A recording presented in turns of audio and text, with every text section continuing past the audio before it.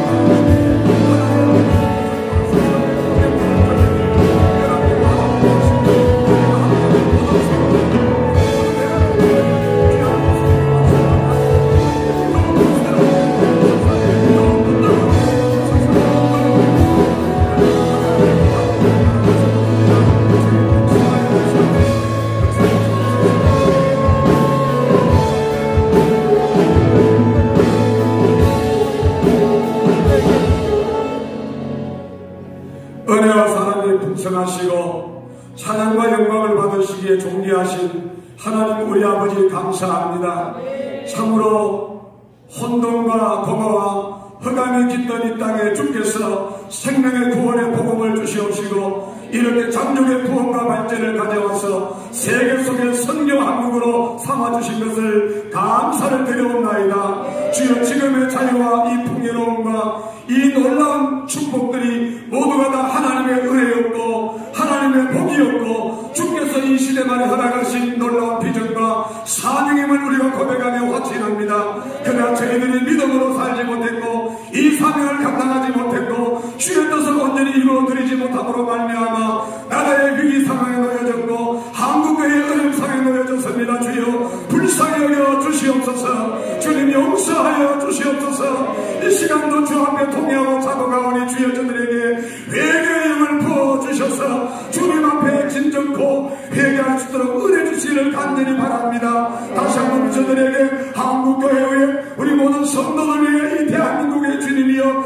희망을 주시기를 원합니다. 기회를 주시기를 원합니다. 이를 위해서 이렇게 삼부 대선을 앞두고 모든 또 이렇게 단체장 또 이렇게 선거를 앞두고 이렇게 이 중요한 시기에 귀한 교수님을 오늘도 이곳 대구 땅에 보내주셔서 귀한 말씀을 들을 수 있는 은혜에 기회를 주심을 감사합니다. 이 밤에 세워질 귀한 김학성 교수님에게 지혜와 능철함을 더해주시되 10배나 더하여 주시옵소서. 성령의 기름 부으심이 주여 넘치게 하여 주시옵소서. 준비한 귀한 말씀 대한민국 건국과 제주 4.3 사건의 진실함이 우리 모두에게 다시 한 번 더 밝히 드러나게 하여 주시옵소서. 드러나게 하여 주시옵소서. 이 혼란한 때이 말씀을 통해서 우리 모두가 주여 정신을 차리게 하시고 깨어 일어나게 해주셔서 나라를 사랑하며 한국교회를 사랑하며 주님의 뜻을 받들어서 다시 한 번 더 대한민국에 하나님께서 이 시대만에 선교에 귀한 사명을 주시고 예수 한국 복음통을 이루는 데 우리 한국교회가 오늘 이 저녁에 함께 우리 모든 성도님들이 애국 동료들의 주여 함께 연합되게 하여 주옵소서. 하나 되게 하여 주시옵소서. 아버지여 담대함을 가지고 용기를 가지고 주여 외칠 수 있도록 전파할 수 있도록 역사하여 주시옵소서. 아까도 더더운 분들 주여 이 밤에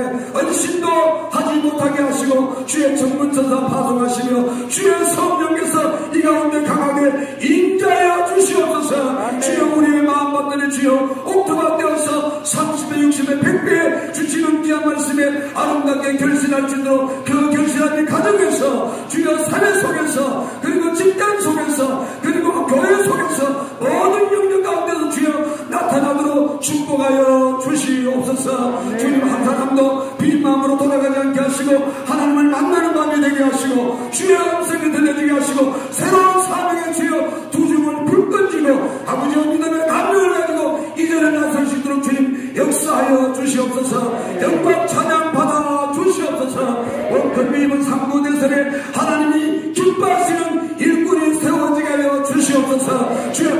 역사가 바로잡아지게 하여 주옵소서. 제재와 모든 사상이 하나님이 기뻐하시는 것으로 다시 재정비되며 무장되게 하여 주시옵소서. 그러므로 예수하고 복음 통일 이루게 하여 주옵소서. 이 일에서 함께 앞장서 수고하시는 모든 주의 종들 위해 특별히 광진중앙교회를 주여 기억하시고 축복하여 주시옵소서. 이 혼탁한 시대에 어두운 시대에 이 광진중앙교회가 날마다 애국하는 일을 위해서 한국교회를 세우는 일을 위해서 자유 대한민국에서 쓰임받게 하시니 감사합니다. 하나님께 이전을 높이 들어 사용하시되 이 지역을 복음하고 대구를 성수하고 민족의 열망을 살리는 일에 광진중앙교회를 사용하여 주옵소서. 귀한 김태동 목사님을 들어서심을 감사합니다. 모든 장로님들과 주의 종들을 함께 협력하며 동력하게 하심을 감사합니다. 주의 이전을 통해서 주님 찬양과 영광을 받아 주시옵소서. 내게 많은 교회들이 모였습니다. 주의 종들이 함께 했습니다. 동지들이 함께 했습니다. 주님 기억하시고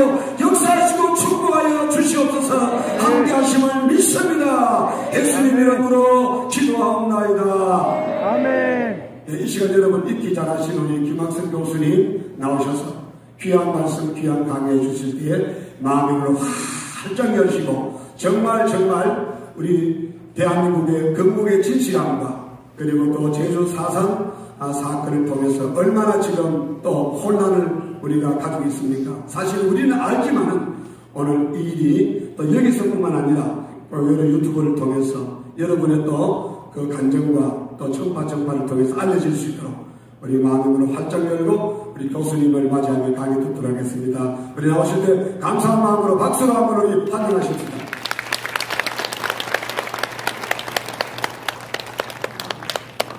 목사님께서 열심히 기도해 주셨기 때문에 저는 기도는 생략하고요. 우리 대구 경북 지역의 애국의 성산이라고 할 수 있는 광진중앙교회에서 부족한 사람이 강의를 할 수 있게 된 것을 무척 영광으로 생각합니다. 서울에 사랑제일교회가 있다면 대구에는 광진중앙교회에 있음을 제가 깨달았습니다. 아멘. 제가 오늘 여러분을 뵙고 나니까 집에 가려고 했어요. 왜냐하면 저희 어머니께서는 10,000명이 안 되면 강의하지 말라고 했는데 한 100여 분, 한 200분밖에 안 되신단 말이죠. 그래서 어머니 말씀을 어길 수가 없었는데 여러분 보니까 일단 100을 하시는 분들만 보시기 때문에 지금 10,000명이 모이고 있어서 말씀을 올리겠습니다. 저희가 지금 제목이 건국하고 그 다음에 4.3인데요.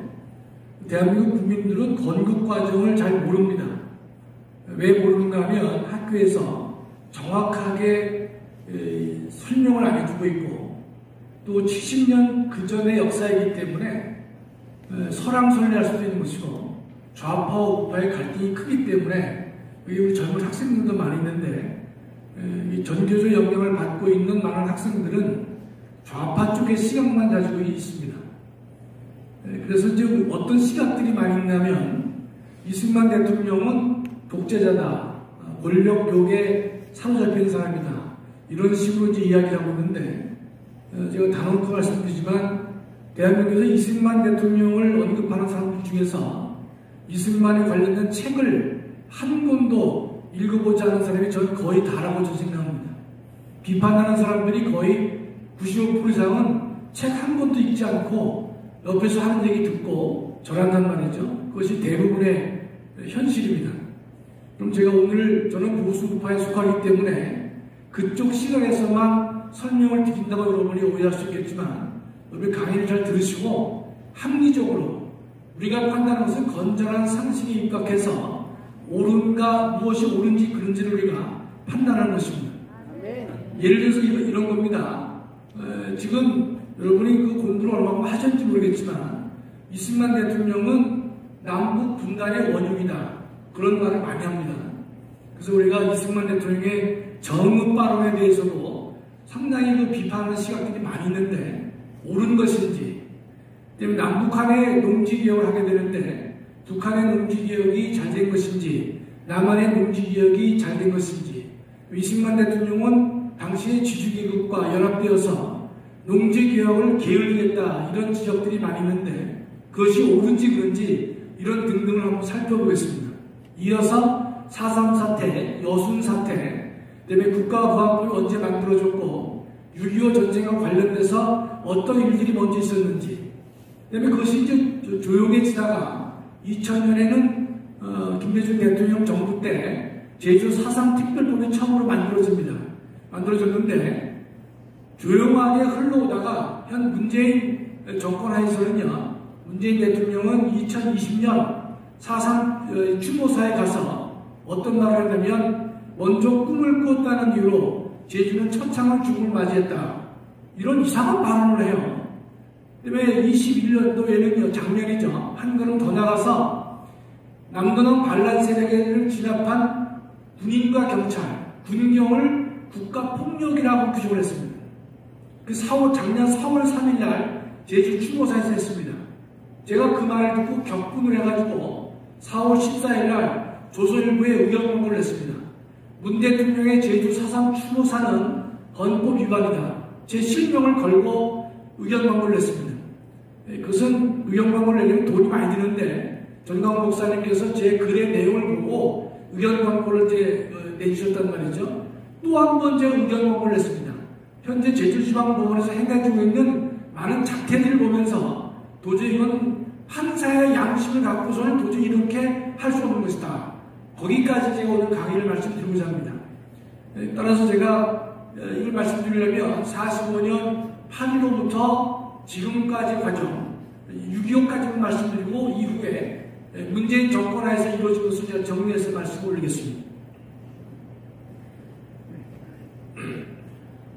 도입 부분을 제가 길게 말씀드릴 수는 없는데 여러분이 연도를 좀 아실 필요가 있어요. 45년도, 그다음에 46년, 47년, 48년인데요. 제주 4.3 사태는 48년 4월 13일 날 발생했습니다. 따라서 이 과정을 좀 보실 필요가 있단 말이죠. 그렇죠? 그럼 여러분 가장 쉬운 거 45년 8월 15일 날은 우리나라가 해방된 날이죠. 어렵지 않습니다. 그 다음에 그 해에 대한민국에 있는 한반도에 있는 일본군을 무장 해제시키기 위해서 소련과 미군이 한반도에 진입을 합니다. 그렇죠? 둘 다 점령군으로 들어온 것입니다. 승전국이기 때문에 그렇습니다. 그랬는데 여러분 아는 것은 12월 달에 45년 12월 달에는요, 모스크바에서 미국, 영국, 소련 세 나라가 외무부 장관 회의를 합니다. 여러분 교과서에는 모스크바 삼상회의다 이렇게 표현되기도 하고 삼국 외무 장관 회의다 이렇게 표현을 하고 있습니다. 과거 책을 보면요, 모스크바 삼상회의다 이렇게 이제 많이 썼습니다. 모스크바에서 12월 달에 미국, 영국, 소련이 모여가지고 어떤 결정을 하냐면 대한민국은 독립시킬 수 없다는 겁니다. 5년간 신탁 통치를 할 것이다 그랬습니다. 5년간 대한민국은 신탁 통치를 할 것이다. 여러분, 근데 2차전이 끝난 다음에 독일이나 오스트리아는요, 바로 독립을 안 시켜줬습니다. 독립된 것 같지만 승전국인 미국, 영국, 프랑스, 소련이 분할해서 그 나라를 강제 점거했습니다. 왜냐면 이 2차 대전을 일으킨 원흉이기 때문에 이 승전국이 분할을 해서 지배를 했던 것입니다. 근데 우리나라는요, 니네는 독립해서 스스로 자립할 능력이 없다. 그래서 세 개의 나라가 모여서 5년간 신탁 통치를 하겠다고 했습니다. 그럼 여기에 대해서 우리가 국민들이 어떻게 반응했겠죠? 어떤 반응을 보여야 옳습니까? 36년간 일제 치하에서 독립을 그렇게 원했는데 다시 5년간 독립이 안 되고 미영소 등에 의해서 신탁 통치를 한다고 하는 것은 대한민국 국민으로서는 인정할 수가 없는 것입니다. 그렇겠죠? 받아들일 수 없습니다. 그래서 그 당시 대한민국 모든 사람들은, 공산당을 포함한 모든 사람들은 신탁 통치를 반대했습니다. 그러면서 공산당이라는 말이 나오는데, 여러분 잘 알아두실 필요가 있어요. 조선, 여러분 뭐 이걸 다 어떨 쪽에 조선 공산당이란 말이죠. 그 다음에 여러분이 많이 듣는 얘기 있어요. 남노당. 그렇죠? 남노당은 뭔가면 남자는 남조선이에요.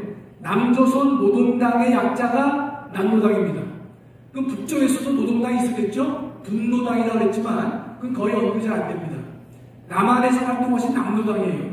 그러면 그 당시 대한민국에는요, 남한 지역에 조선 공산당이 있었습니다. 그럼 이해가 안 되죠? 어디 공산당이 있냐 말이죠. 남노당은 먼저 그 이전에 공산당이 존재했습니다. 여러분 그 공산당이 존재한 이유를 여러분이 이해를 잘 하셔야 되는 것이, 그 당시 대한민국 45년부터 48년 사이에는요, 대한민국 국민의 70에서 80%가 사회주의나 공산주의를 지지했습니다. 민주주의를 지지한 사람은 20% 미만입니다. 왜 그랬겠냐 말이죠. 그 이유도 분명히 아셔야 됩니다.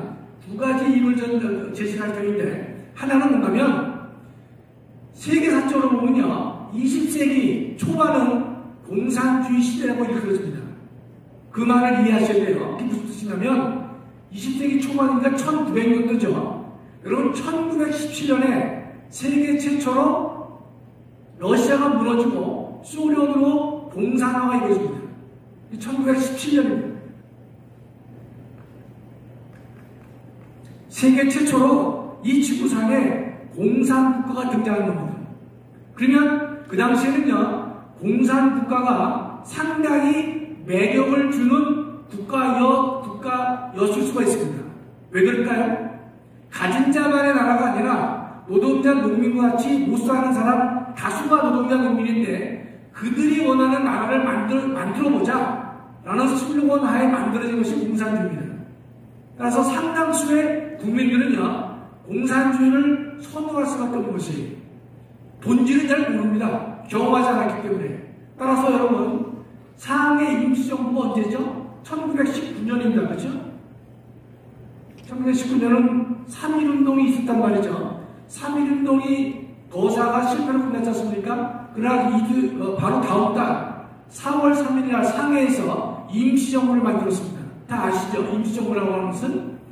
그 임시정부의 주된 멤버들은 공산주의 사상을 많이 가지고 있었습니다. 왜 그렇겠어요? 이게 얼마 안 돼요. 소련 혁명된 다음에 2년밖에 안 된단 말이죠. 그렇죠?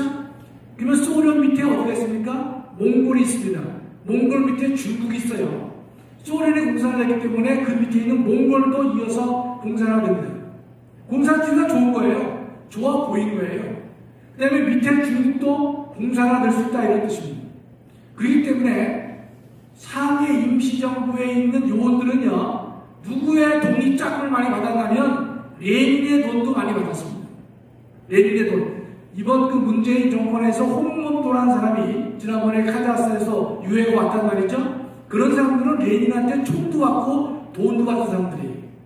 그 당시는 왜 그랬냐면 레닌 같은 사람, 소련은요, 자신을 공산주의로 만들었기 때문에 이 공산주의 이즘이 주변에 널리 퍼지기를 원했던 것이, 그래서 주변을 다 붉게 물드는 작업들을 많이 했습니다.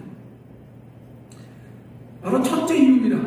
따라서 대한민국도요, 당시 이 1919년, 17년, 45년 요 때는요, 대한민국 국민들은 상당 부분이 공산주의가 더 좋다고 생각했던 것입니다. 노동자, 농민의 나라를 만들어준다니까 그런 것이. 두 번째, 일제 36년 동안에 대한민국에 자기 농지를 가진 사람이 별로 없었죠. 그렇죠? 대부분 70에서 80%가 소작농입니다. 소작농이에요. 소작농으로 살았기 때문에 그 소작농인 농민들에게 너 독립된 경작권을 주겠다라고 얘기하니까 농민의 나라를 만들어주겠다. 농민이 주의되는 나라를 만들어주겠다고 하니까 많은 농민들이 공산주의를 지지할 수밖에 없었던 것입니다. 여기 저 젊은 학생도 꽤 있는데 제가 만약 그 당시 젊은 나이였으면 저는 분명히 공산주의자였을 것이에요. 노동자 농민의 나라를 만들어준 것이고 내가 우리 아버지가 돈 많은 지주가 아니라면 새로운 사회를 만들어 가는데 동참할 수도 없는 것이 그런 사회입니다. 그런 시절에 이승만 대통령은요 유일하게 자유민주주의가 무엇인지를 알고 있던 유일한 지도자였습니다. 이승만 대통령 아니었으면요 대한민국은 이미 그 당시 없습니까? 다 공산화가 됐던 것이에요. 공산화에서 지금 여러분가 나오고 있는 교회에서 예배 못 드립니다. 김정은 밑에서 좀 있을 거예요. 그 당시에 우리는 무지한 국민이었지만 이승만 대통령은 미국서 공부를 많이 하셨기 때문에 또 하나님께서 내려준 선지자였기 때문에 공산주의의 실체를 정확히 알고 있었던 것입니다. 그래서 대한민국의 자유민주주의를 끝까지 실현하기 위해서 목숨과 싸움을 했었던 것이 나중에 설명드리겠지만 당시에 미군정은 이승만 대통령을 신뢰했습니다. 왜냐? 이승만 대통령이 계속 고집을 피우는 거예요. 공산주의 지지자들이 70%가 되면 자유주의와 공산주의를 지지하는 사람들이 만나가지고 너네 나라에 맞는 국가를 만들어야 옳지 않겠느냐? 미국의 입장입니다. 상당히 합리적이죠. 그러나 이승만 대통령은 절대로 안 된다는 거예요. 자유민주주의 국가 아니면 안 된다고 고집을 피우기 때문에 미 군정은 이승만 대통령을 제거하려고 했습니다. 그러나 이승만 대통령의 그 굳건한 믿음 그거 하나 때문에 대한민국이요 자유민주주의 국가가 됐던 것이에요. 거기는 제로의 여지가 없고 제로입니다. 자, 제가 공산당 얘기를 하다 왔는데요. 자, 그럼 이 12월 달에 모스크바 상상회의에서 신탁 통치를 찬성했죠? 따라서 대한민국에 있는 모든 사람은 반탁을 했습니다. 신탁 통치를 반대했어요. 거기에 박헌영이라고 하는 조선 공산당을 만든 사람도 반탁했습니다. 당연한 것이죠. 대한민국 사람이라면 독립국가를 만들어줘야지 왜 5년간 다른 나라에 대해서 지배를 하게 했느냐 말이죠. 찬성할 수 없어요. 박헌영이라고 하는 조선 공산당은요 한 나라의 공산당은 하나밖에 못 만들어져요. 여러분 혹시 책을 보다 보면 조선 공산당이라는 용어가 나오고 공산당, 북한 지구 이런 표현이 나올 수 있어요. 여러분이 좀 날카로운 사람들은 아니 왜 이렇게 남한에 조선 공산당이 있고 북한이 왜 공산당 북한 지구냐 말이죠. 그렇게 여러분 생각할 수 있겠지만 그 당시에는 남한의 공산당이 먼저 만들어졌습니다. 따라서 한 나라의 공산당은 하나밖에 없기 때문에 북한에는 북조선 지구라고 하는 명칭을 썼던 것이에요. 그건 참고로 제가 말씀드린 거예요. 따라서 그 당시에 조선 공산당 멤버들도 일체 다 이 신탁을 반대했습니다. 그러나 누구의 꿰에 넘어가느냐, 누구의 힘의 강요를 받았느냐, 소련의 영향을 받은 것입니다. 소련은요 이미 8.15 전후에 소련은 이미 북한에 진출했던 것입니다. 왜냐하면 소련은요 히로시마에 원자 폭탄이 떨어지고 난 다음에 그 전에 일주일 전인가에 일본하고 선전포고를 했습니다. 그래서 소련은요 태평양 전쟁에서는 일주일 동안 전쟁하고 승전국이 된 것입니다. 그렇기 때문에 소련은 이미 이 북한 지역에 대해서 또는 한반도 전체를 갖다가 공산화시키려고 하는 그런 야욕이 있었던 것입니다. 그래서 이 8.15 전에 이미 소련은 북조선에 들어왔습니다. 미국은 9월달에 들어온 거예요. 9월달에. 근데 이때 보니까 소련이요 막 내려오는 거예요. 막 내려오니까 미국에서는요 미군이 한국에 들어오기 전에 소련에게 어떤 경고를 하는 거면 니네 무장 해제하면서 내려온다는 명분하에 계속 남아있기 때문에 38도선 이내로 내려오지 말라고 미국이 얘기합니다. 내버려두면 소련이 한반도를 전체를 먹을 것 같으니까 미국이 소련에게 얘기를 해요. 38도 이내에는 내려오지 마라. 따라서 38도 이북은 소련이 무장 해제를 시키고 38도 이남은 미군이 무장 해제를 시키겠다라고 한 것입니다. 이 얘기를 가지고 미국이 38도선을 만들었다, 남북 분할을 시켰다 라고 말을 하는데 상식적으로 맞지 않습니다. 그렇죠? 소련이 내려오니까 내버려두면 남한 전체가 다 소련군에 짓밟힐 수 있기 때문에 미국이 들어오기 전에 경고를 한 겁니다. 38도선 이남으로 내려오지 말란 말이죠. 그렇게 경고를 한 것이지 미국이 38도를 선입어서 남북 분할을 시킨 것은 결코 아닌 것입니다. 자, 그럼 이제 12월달이지 않습니까? 그럼 북한에서 어떤 일이 이루어졌느냐? 46년을 봐요. 2월달에 북한에는요, 북조선 임시인민위원회가 만들어집니다. 여러분이 이게 임시라는 말을 기억할 수도 좋은데, 북조선 인민위원회가 만들어집니다. 인민위원회는 뭐냐면 사실상 북한의 정부나 같은 것이에요. 소련은 김일성 중심으로 해가지고 북한에다가 임시인민위원회라는 하는 조직을 만드는 것이에요. 여러분, 이 인민위원회가 왜 사실상 정부였는지는 바로 알 수 있습니다. 북한은요, 바로 이어서 3월 달에 20일 만에 농지개혁을 합니다. 농지개혁을 하려면 농지개혁을 할 수 있는 권한을 부여받은 국가기관이라 얘기하는 말이죠. 따라서 인민위원회는 사실상 북한의 정부나 마찬가지입니다. 여기서 농지개혁을 해요. 어떻게 하느냐? 농지개혁을요, 무상몰수, 그 다음에 무상분배. 자, 북한 땅을 어떻게 합니까? 무상몰수했어요. 그럼 북한에 모든 땅 주인이 있을 거 아닙니까? 땅 주인한테 대가를 주지 않고 농장 다 뺏은 겁니다. 두 번째, 뺏은 토지를요, 북한 주민에게 무상으로 나눠줬어요. 자, 그러면 북한 주민이 두 손 들고 환영을 했겠죠? 왜냐하면 소장농이었는데 땅을 주니까 북한 주민들은 두 손 들고 두 손 들고 아멘을 그래서 많이 하는데 하여튼 그랬을 것이에요. 두 손 들고 환영했겠죠? 그렇죠? 다만 중요한 것은요, 북한 주민에게 땅을 무상 분배했지만 소유권은 안 줬습니다. 소유권은 안 줬어요. 왜냐하면 이 공산주의나 사회주의는 토지나 건물에 대한 사소유를 인정하지 않기 때문에 소유권은 안 주고 농지에 대한 경작권만 줬습니다. 경작권. 그럼 그것도 매우 중요하죠. 소장농으로 살다가 자신이 독자적으로 경작할 수 있는 경작권만이라도 준 것을 북한 주민들은 대환영했습니다. 따라서 남한 농민에 대해서 뭐라 하냐면 그 당시는 남북한의 교류가 사실상 있었습니다. 왔다 갔다 할 수 있었어요. 또 화폐도 같은 화폐를 썼습니다.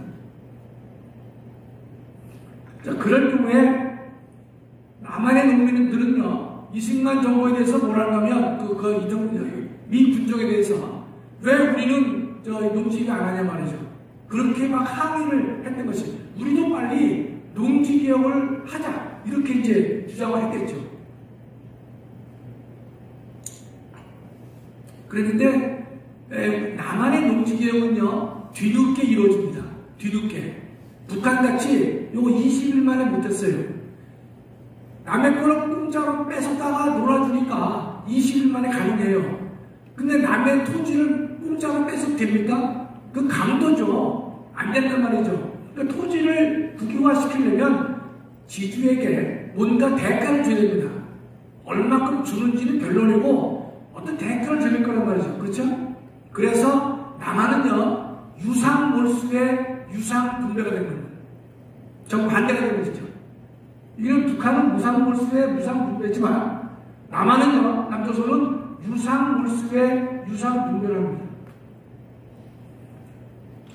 이런 생각을 할 수가 있어요. 유상몰수를 하게 되면 지주들은 좋을 줄 몰라도 농민들에게 유상분배를 하기 때문에 북한이 더 잘한 거 아니냐. 북한은 무상으로 줬단 말이죠. 남한은 유상으로 준 거예요. 북한이 더 좋은 것 아니냐, 그런 생각을 할 수 있는데, 여러분이 냉정하게 한번 비교해 보세요. 냉정하게. 북한은 경작권만 좋지 소유권은 안 좋습니다. 소유권은 누가 갖고 있어요? 국가가 갖고 있습니다. 남한은요, 결론부터 말씀드리면 모든 농민들에게 1년의 수확량의 30%를 5년간 내면 토지의 소유권을 부여했습니다. 30%라는 것은요, 보통 소작농들은 수확의 40에서 50%를 지주에게 줍니다. 따라서 30%는요, 적게 내는 거예요. 따라서 모든 소작농들은요, 일반 국민들은 수확의 30%만 국가에 내면, 몇 년이요? 5년 내면 자신의 농지를 소유할 수가 있었다는 것입니다. 여러분, 근데 지금 여러분 연배에 할아버지쯤 되는 사람들은요, 그 당시에 다 그런 농지를 얻은 분들이에요. 그런 농지를 가지고 여러분 부모님 때를 공부시킨 거예요. 손바닥만한 그 농지 가지고 죽어라고 일을 해가지고 거기서 얻은 수확을 가지고 자기 자녀들 학교를 보내고 뭐 교육시키고 그런 일을 했던 것입니다. 대한민국은요, 단 한 사람도 자기의 30%를 5년 내지 못해서 농지를 돌아가지 못한 사람이 한 명도 없다고 기록되어 있습니다. 자, 누가 더 잘한 겁니까? 누가? 북한식의 무상 몰수의 무상 분배가 잘한 것이냐? 우리는요, 사소유권을 인정하기 위해서 무상 몰수를 하면서 유상 분배를 했단 말이죠. 그러면 지주들에게는 어떻게 땅값을 지급했느냐? 그 당시 대한민국에 돈이 없죠. 그렇지 않습니까? 그 당시 대한민국에 돈이 뭐가 있겠습니까? 그래서 이렇게 지주들에게는요, 지가 증권을 주죠, 증권을. 몰수하고 증권을 줬다고 대신. 그럼 증권을 주면 그걸 현금화시킬 수 있느냐? 현금화시킬 수가 없어요, 바로. 돈이 없으니까. 어떻게 했냐? 그 지가 증권을 가지고 1년 지나면 1년치에 해당하는 수확량만 자기가 가져갔습니다. 또 2년 지나면 그 지가 증권을 가지고 두 번째 해에서 얻은 수확량을 자기가 자기만큼 가져갔던 것이.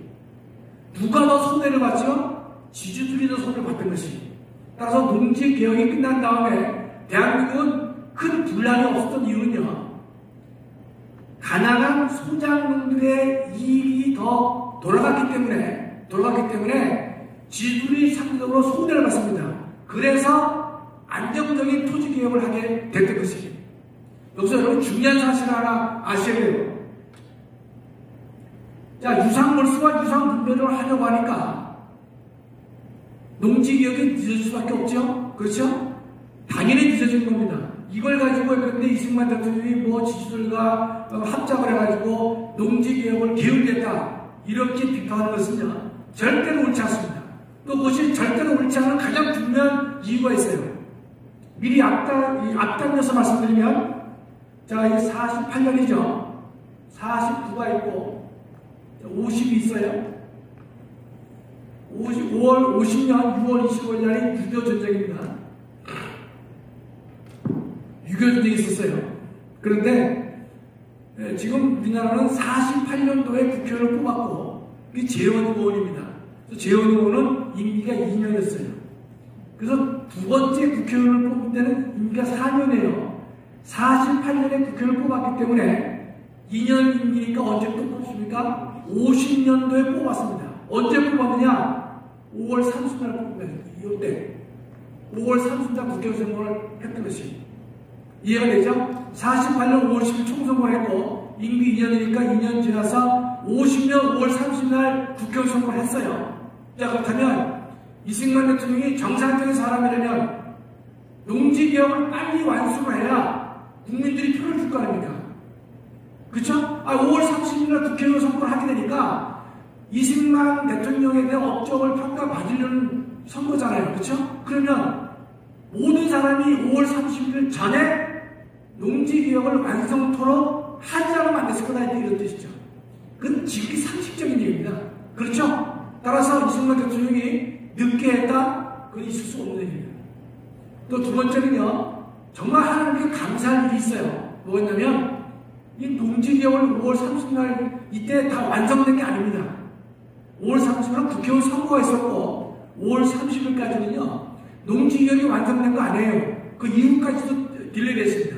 그러나 5월 30일 날까지는요, 대한민국 국민 누구나 다 어떤 걸 할 수 있었냐. 토지 대장부를 열람하면 김학성의 네가 앞으로 5년간 30%씩 수확물을 내면 요 땅이 네 땅이 될 것이다. 확인할 수가 있었습니다. 매우 중요한 사실입니다. 전쟁 전에 6.25 전쟁 전에 대한민국 국민은요, 야 내가 앞으로 저 땅이 내가 이 수확량을 5년간 내면 저 땅이 내 땅이 될 것이라는 사실을 다 알고 있었습니다. 이건 하나님께서 해주신 거예요. 왜냐? 그러고 나서 뭐 터졌습니까? 그러고 나서 6.25가 터집니다. 6.25가 터졌는데 6.25 북한은요 남한을 3개월간 지배했습니다. 낙동강과 저희 부산 지역을 제외하고서는 북한이 남한을 3개월간 지배했단 말이죠. 그때 뭐 수많은 사람을 죽였다 뭐다 이건 논외로 하는 것이고, 그때 북한이 북한식 토지개혁을 남한에 적용하려고 했습니다. 그러나 남한의 농민들은 동요하지 않았습니다. 왜 동요하지 않았을까요? 지금 내 땅이 조금 내 땅이 될 것이라는 사실을 알고 있었기 때문에 흔들리지 않은 것이에요. 만일에 가정을 해서 농지개혁이요 5월 30일 전에 끝나지 않았고 6.25가 터졌는데 내 땅이 지금 있는지 없는지를 확실히 몰랐다면 6.25 전쟁 때요 남한 사람들이 북한의 권력에 기꺼이 동조해서 남한 내 안정을 무너뜨렸을 수도 있다, 이런 뜻입니다. 따라서 이 농지개혁은요 대단히 중요한 것인데요, 저는 이승만 대통령도 흔히 있는 분이지만 건국의 공은 이건 더 이상 말할 것도 없고요. 건국의 공 못지않은 공이 뭡니까? 바로 농지개혁을 성공시킨 것입니다. 전 세계 많은 나라가 농지개혁을 성공하지 못한 나라가 많아요. 멕시코, 브라질, 필리핀 농지개혁 성공하지 못했습니다. 그렇기 때문에 그 나라가 지금도 어렵게 사는 것입니다. 박정희 대통령이 근대화 작업을 많이 했다고 다 믿고 계시죠? 맞아요. 그 근대화 작업은요 무엇을 기초로 했습니까? 대한민국 전체가 자기 땅을 가질 수가 있었다는 것이에요. 그거를 기초로 시작을 했기 때문에 근대화가 잘 될 수가 있었던 것입니다. 저는 그래서 이승만 대통령의 농지개혁은요 아무리 그 공간을 강조해도 지나치지 않다, 저는 그렇게 감히 말씀드릴 수가 있습니다. 여러분 과장됐습니까? 제 표현이? 전혀 과장 아닙니다. 있는 그대로를 제가 말씀드리는 것이, 따라서 농지개혁을 먼저 땡겨서 말씀드렸지만은 이 농지개혁 없이 6.25가 터졌다. 대한민국은 우리가 안보를 장담할 수가 없는 상황이었다, 이런 뜻입니다. 또 하나 알아주실 것은 이승만 대통령이 농지개혁을 느리게 했다. 그는 전혀 설득이 없어요. 지주들의 땅을 갖다가 여러분이 근데 이 지가 증권으로 몰수해가지고 증권 하나 준단 말이죠. 그럼 그 지주들이 없으니까 불만이 많을 거 아니겠어요? 지금 이제 여러분 김성수라는 사람이 있어요. 인천 김성수는 고려대학을 세운 분이고 호남 분이신데, 그분이 그 당시 가진 땅이 1000만 평이에요. 1000만 평. 뭐 상상을 하기 어려워요. 대한민국 최고의 부자 중에 하나인데, 김성수 씨가 적극 나서서 농지개혁에 적극 찬성했습니다. 그래서 그분이 1000만 평 가지고 있으니까 100만 평, 200만 평 가진 많은 그 지주들, 그런 사람을 설득해가지고 우리가 이 일에 동참하자.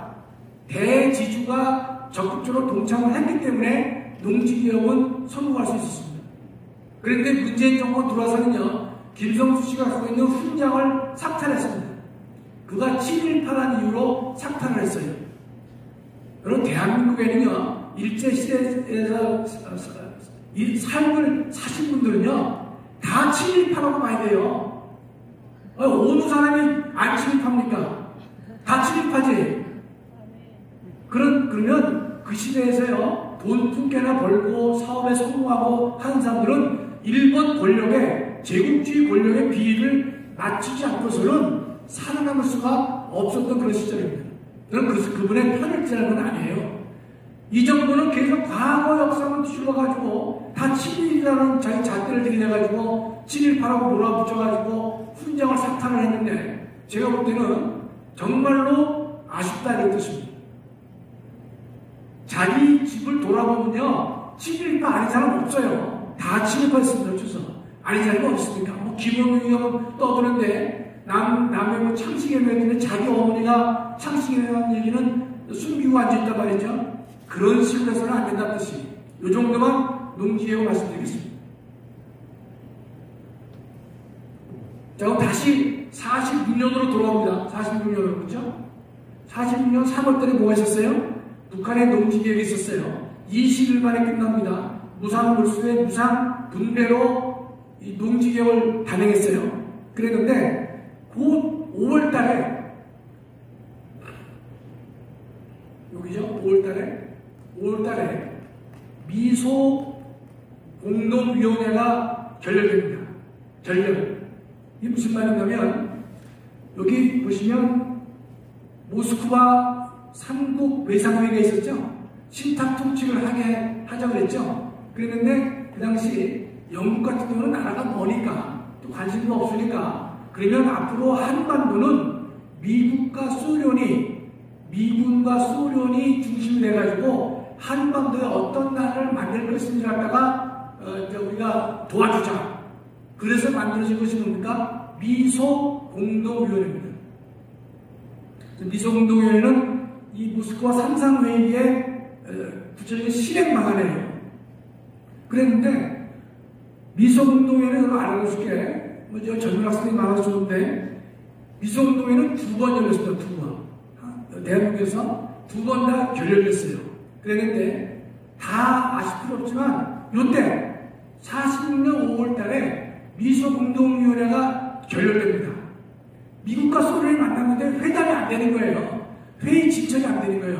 왜 안 되느냐? 간단합니다. 소련은 어떤 얘기를 하냐면요. 이 미소공동위원회에서 어떤 걸 주관한다면 북한이나 남쪽에 있는 모든 정당, 사회단체 이런 사람들을 이 회담에 관여시키자. 관여시켜야 되겠다. 그래야 전체의 의견을 모을 수 있을 것이다. 합리적이죠? 그랬는데 소련이 무슨 말을 하냐면 좋은데 이런 단체는 안 된다는 거예요. 신탁 통치를 반대한 정당이나 사회단체는 이 모임에 참여할 수가 없다라고 하는 것이 계속 고집합니다. 미국은 그런 거 따지지 말고 전체의 북한과 북조선과 남조선에 있는 모든 정당과 단체들을 참여시켜서 한국인에게 가장 맞는 정부 형태를 만들도록 해보자라고 하는 게 미국의 생각이고 소련은 그러나 신탁 통치를 반대하는 정당이나 사회단체는 참여할 수 없다. 이렇게 하는 거예요. 그래서 둘이 쌈박질하니까 회담이 안 됩니다. 그래서 미소공동위원회가 5월달에 결렬됐습니다. 결렬.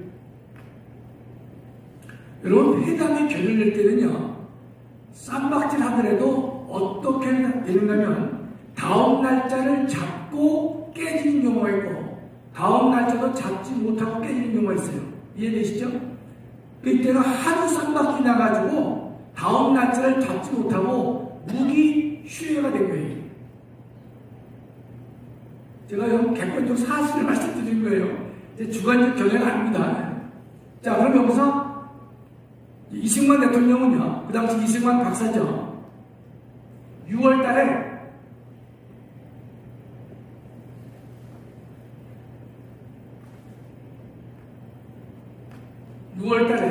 그 유명한 정읍 발언을 합니다. 정읍 발언. 여러분 책에 보면 이승만의 정읍 발언으로 인해서 남한의 단독 정부가 만들어지게 됐고 남북한의 통일 정부를 반영한 것이다. 이렇게 얘기를 다 하고 있단 말이죠. 그것이 맞나 틀리냐를 한번 우리가 살펴보도록 하겠습니다. 자, 지금 보시면요. 그 다음에 이승만 박사죠. 이승만 박사가 봤을 때는 자, 46년 2월에 북한에는 임시인민회를 만들었어요. 농지개혁까지 22일 만에 다 끝내버렸어요. 그렇죠? 사실상의 국가의 모습을 갖추고 있단 말이죠. 그랬는데 대한민국의 정부 형태를 만들려고 하는 미소공동위원회가 5월달에 다음 날짜도 잡지 못하고 휴회가 되어버린 것이 무기 휴회가 됐습니다. 그럼 앞으로 이 한반도에 어떤 정부가 들어설지 우리가 기대할 수 없었습니까? 그렇죠? 따라서 이승만 박사는 그 당시 전국을 다니면서 강연을 했습니다. 무슨 강연을 했느냐? 45년 12월 달에 신탁 통치를 하라 했지 않습니까? 이 46년은요, 대한민국이 전체가 반으로 갈라졌습니다. 신탁 통치를 찬성하는 공산주의자, 신탁 통치를 반대하는 자유세력, 그게 좌익과 우익이다 이런 뜻입니다. 이 갈래로 아주 그냥 쫙 분열이 돼버린 것이 노상 싸움은 노상. 우리나라 지금이 좌파우파 다투듯이 그때는 폭력도 서슴지 않았단 말이죠. 대한민국이 완전히 이게 신탁 통치를 찬탕이냐 반탕이냐 싸움이 생긴 거예요. 그럴 때 이승만 대통령 또는 김구 선생들이 전국 다니면서 국민들을 계명하기 위해서 연설, 강연을 하셨습니다. 그랬는데 6월 달에 정읍에서 어떤 발언을 하느냐? 북한은 46년 2월에 이미 인민위원회를 만들었고, 그다음에 이 농지개혁도 다 이루었고, 비서운동위원회는 무기한 날짜를 정하지 못하고 휴회가 됐으니, 우리 남한 아니라도 이제 어떤 위원회를 만들든지 아니면 정부를 구성해야 옳지 않겠느냐라는 의견을 말한 거예요. 그 당시 이승만 대통령도 아니잖아요. 그렇죠? 대통령하고 이승만 박사의 신분으로 좀 얘기를 한 거란 말이죠. 그걸 가지고 근데 이승만 대통령은 남북 분단의 원인이다 라고 몰아붙인 것은요, 상식에 맞지 않는 것입니다. 여러분 잘 생각해 보세요. 46년 2월 달에 이미 북한은 사실상의 정부를 만들었어요. 자기만의 농지개혁을 독자적으로 추진했어요. 그렇죠? 그 다음에 인민군을 만들려고 노력했고, 독립적 화폐를, 아직 그 당시 화폐 개혁을 안 했지만 북한이 먼저 화폐 개혁을 합니다. 화폐 개혁을 먼저 하고 지대와 쓸도를 만들었어요. 그래서 그 당시 남북한이 공통으로 쓴 화폐는요, 북한은 못 쓰잖아요. 그 돈이 몰래 배 타고 남쪽으로 내려옵니다. 남쪽으로 내려와서 공산당 자금으로 다 사용된 것입니다. 자, 그런 상황이기 때문에 이승만 대통령은 이제 우리도 우리의 정부를 만들도록 노력해야 되지 않느냐라는 발언은요, 정치 지도자로서의 당연한 말씀이에요. 그렇죠? 그런 우려에 대해서 당연한 의견을 제시한 것인데, 그걸 가지고 했는데 마치 그것 때문에 남북한이 분열된 것 같이 그렇게 호도하는 것은요, 정말 그건 상식에 어긋난다 이런 뜻입니다. 자, 그러면 이런 상황에서요, 그해 11월달 40년 11월에 그죠? 11월에 북한은 선거를 합니다. 대의원 선거를 해요. 그래서 조금 전에 우리 2월달에 뭐 있었죠? 북조선 임시인민위원회 있어요. 여기서 선거를 통해서 인민위원회를 만들어요. 임시자를 띄어냅니다. 선거를 했기 때문에. 선거로 북한의 대표를 뽑아요. 그래서 북조선 인민위원회가 정식으로 출범합니다. 이런 일련의 상황을 다 본 다음에 이승만 대통령은요, 이승만 박사는 미국을 갑니다. 도저히 이 땅에서는 해결 방안이 없다는 거예요. 미 군정도 이승만 박사의 말을 안 들어요. 이는 좌우 합작을 하란 말이죠. 공산주의와 자유민주주의가 니네 국민들이 이렇게 하고 있으니까 만나서 공통정부를 만들어 보라라고 자꾸 얘기를 하니까 이승만 박사는 안 된다. 원래가 안 된다고 하는 이유는요, 공산주의는요, 제일 먼저 이 자유주의의 정부를 먹을 때 어떻게 합니까? 먼저 합작을 하잖아요. 합작하지 않고 합작한 이후에는 자유를 먹습니다. 그게 바로 모택동과 장개성이 그랬단 말이죠. 중국 대륙을 지배한 사람이 장개성이었어요. 모택동은 이름도 없었습니다. 그러나 모택동이가 장개성과 힘을 합쳐서 항일운동, 일본의 한국화운동을 같이 하자. 그거 좋잖아요. 같이 했어요. 같이 했는데 당시에 장개성 밑에 있는 국민당이 부패해가지고요, 모택동이가 장개성을 쫓아갑니다. 그래서 중국 전체가 공산화가 되어 있단 말이죠. 그런 현상을 이승만 박사는 다 원래 공부를 많이 하셨기 때문에 정확하게 꿰뚫고 있는 것이 좌우 합작 안 된다. 그는 말뿐이고 전술 전략에 불과할 것이다. 이승만 대통령이 대한민국 남한에서요 설 자리가 없는 거예요. 이 양반이 어떻게 합니까? 미국으로 갔습니다. 46년 12월에 미국을 가게 된 것이에요. 그래서 이 박사님이 뭐라고 하려면 미 군종하고는 얘기가 안 된다. 따라서 미국의 국무부하고 대통령과 국무부하고 내가 직접談판을 시켰다. 그런 마음으로 미국을 가시는 거예요. 책에 보면요 12월 달에 갔는데 미국에서 국무부 장관이 이승만 박사를 아주 홀대합니다. 왜냐면 당시에 트루만 대통령이었는데 그 사람이 처음에는 소련에 대해서 아주 우호적인 입장을 가지고 있던 것이, 왜냐면 2차 대전 때 같이 싸웠기 때문에 미국이 소련에서 우호적 입장을 가졌단 말이죠. 따라서 이승만 박사의 그런 주장들은 공산주의를 반대하는 주장은요 미국의 입장에서도 좀 눈에 걸렸던 것이에요. 그래서 이승만 박사를 홀리했습니다. 그랬는데 이것도 제가 볼 때는 하나님께서 해주셨다고 볼 수밖에 없는 것이, 이듬해 4월에 미국의 대통령이 생각이 바뀌어요. 그래서 여러분 트루만 선언, 여러분 이제 한번 쳐보세요. 트루만 대통령이 트루만 선언을 하게 됩니다. 뭐냐? 이 공산주의 세력과 맞서서 싸워야 될 것이다. 소련이 계속해서 동유럽을 공산화시키고 몽골, 중국 다 공산화시키고 그 다음에 한국까지도 넘보고 있단 말이죠. 그 당시에는요 제가 20세기를 뭐라 했죠? 그게 초는 공산주의 시대라고 했죠. 전 세계의 공산주의가 급속도로 확산됐습니다. 아프리카 지역 등등에 뭣도 모르고 다 공산주의를 선택하는 것입니다. 그렇기 때문에 소련이 계속해서 공산주의 가지고 이 전 세계를 다 붉게 물들고 있으니까 트루만 대통령이 안 되겠다. 그래서 그때부터 냉전이라고 하는 것이 처음으로 시작된 것입니다. 그래서 이 소련의 영향력을 막아야 되겠다. 그래서 이 이승만 박사에 대해서 우호적인 입장을 가지게 된 것입니다. 미국 정부가요.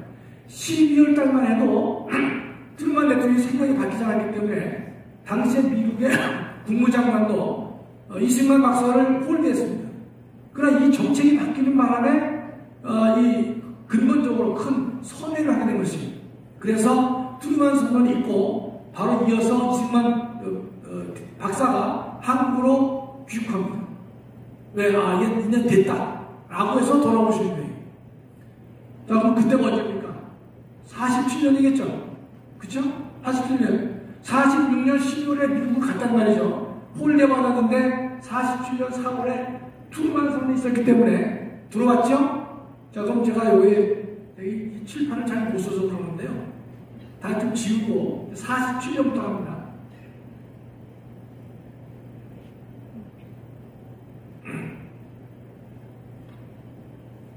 자, 47년에요. 48, 49, 50입니다.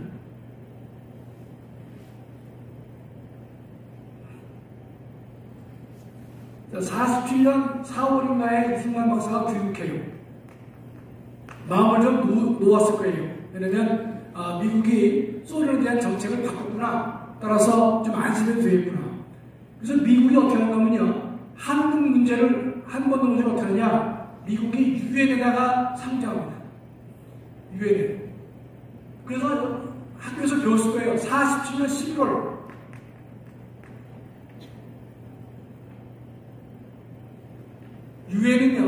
유엔에서는 한반도에 대한민국에 총선거를 실시하다라고 결정합니다. 그게 47년 11월에 유엔 결정입니다. 유엔은 뭐라고 얘기하냐면 구체적으로 얘기했어요. 어떻게 했냐면 남북한이 인구 비례에 대해서 대표를 뽑아라. 비밀 선거를 해야 된다. 이후에 이 선거가 이루어지면 7월 1일자로 미군과 소련군은 다 철수한다. 그렇게 유엔이 결의를 합니다. 이건 다 문서로 남아있단 말이죠. 그렇죠?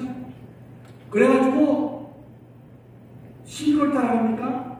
그래서 48년 1월 달에 유엔의 감시단이 한국에 들어옵니다. 유엔의 결정에 따라서 지금 남북한에 총선거를 실시하도록 했단 말이죠. 남한은 200석, 북한은 100석이에요. 왜 북한은 작게 되었냐? 북한은 인구가 작았습니다. 남한은 2천만이 넘었고 북한은 1,000만이었거든요. 따라서 인구 비례가 되기 때문에 남한은 200석, 북한은 100석으로 해서 하나 말이죠. 그래서 유엔의 감시단이 한국에 들어왔어요. 들어왔는데 이 감시단들이 근데 이 38도 이북으로 들어가려고 하니까 소련과 북한 당국이 힘으로 막습니다. 못 들어오게 하는 거지. 이 제가 만들어낸 얘기 아니에요. 못 들어오게 해요. 자, 그러면 어떻게 했습니까? 두 가지가 있겠죠. 한 가지는, 야, 그러면 뭐 못 들어가니까 이 남한만이라도 선거를 실시하자라고 했겠어요? 안 되는 거죠. 왜냐면, 유엔 결정은 남북한 총선거를 하라고 했단 말이죠. 따라서 이 유엔 그 임시위원단이 다시 그 문제를 가지고 유엔에 갑니다. 그러니까 유엔이 다시 결정을 해요. 어떻게 하냐, 그러면, 남한만이라도 선거를 실시하라. 남한만이라도 선거를 실시하라. 그게 2월달 됐어요. 이건 좀 틀릴 수가 있어요. 유엔 총회가 남북한 총선거를 실시하라고 했는데 북한이 반대하니까 그러면 남한만이라도 하자라고 한 거 아니에요. 다시 문제를 유엔에 가져갑니다. 유엔에서 그러면 남한만이라도 선거를 하라라고 유엔이 결정을 했습니다. 그 결정에 따라서 남한이 없으니까 선거를 실시하라고 했던 것입니다. 제가 이런 다른 강의를 잘 안 듣는데 제가 한번 설민성이라는 친구가 KBS에서 무슨 얘기를 하는 잠깐 우연하게 들었어요. 우연하게. 제가 그 친구 좋아하지도 않고 그런 젊은 친구들의 강의를 들을 만한 제 위치도 아니기 때문에 듣지 않는데 우연히 TV를 틀다 보니까 그 친구가 강의를 해요. 근데 마침 요 부분을 강의하더라고요. 총선거에 대해서. 이런 말 하나 들었어요. 그 학생들한테. 아니, 근데 그 총선거를 하려면 남한이 200석이고 북한이 100석이라고 얘기하니까 북한이 그 제안을 받아들이겠느냐? 이렇게 얘기를 해요. 그 학생들은 오고 일리가 있단 말이죠. 참여를 하니까. 그렇게 이도하더라고요. 그래서 이 정신나간 놈이다 생각한 거죠. 선거는요, 인구 비례로 하도록 되는 것입니다. 유엔도 그렇게 결정했어요. 그 우리가 2천만이고 북한이 1,000만이니까 마구잡이로 200석에 100석이 됐던 것입니다. 여러분, 예컨대, 그럼 그 당시에 인구가 2천만에 1,000만인데, 남한도 200석, 북한도 200석 한다면, 누가 펄펄 튑니까? 남한의 주민들이 펄펄 튀는 거죠. 숫자가 안 맞으니까. 그렇죠? 그 당시 남한과 북한은 독립된 국가가 아니에요. 따라서 인구 비례를 하려면 2천만 대 1,000이니까 대략 잡아서 200대 100이 맞는 것이. 그거를 동수로 안 했기 때문에 북한이 그 제안을 받아들이지 않았다? 그런 논리는 설득이 전혀 없는 것입니다. 이해가 되시죠? 그렇죠? 그런 예컨대 유엔이 그렇게 결정을 해준 거예요. 남한이 가서 한 게 아니라 그 당시 대한민국은 법적지가 어떻습니까? 대한민국은 국가도 아니었어요. 당시에 유엔에 가서 참석할 자격도 없다고요.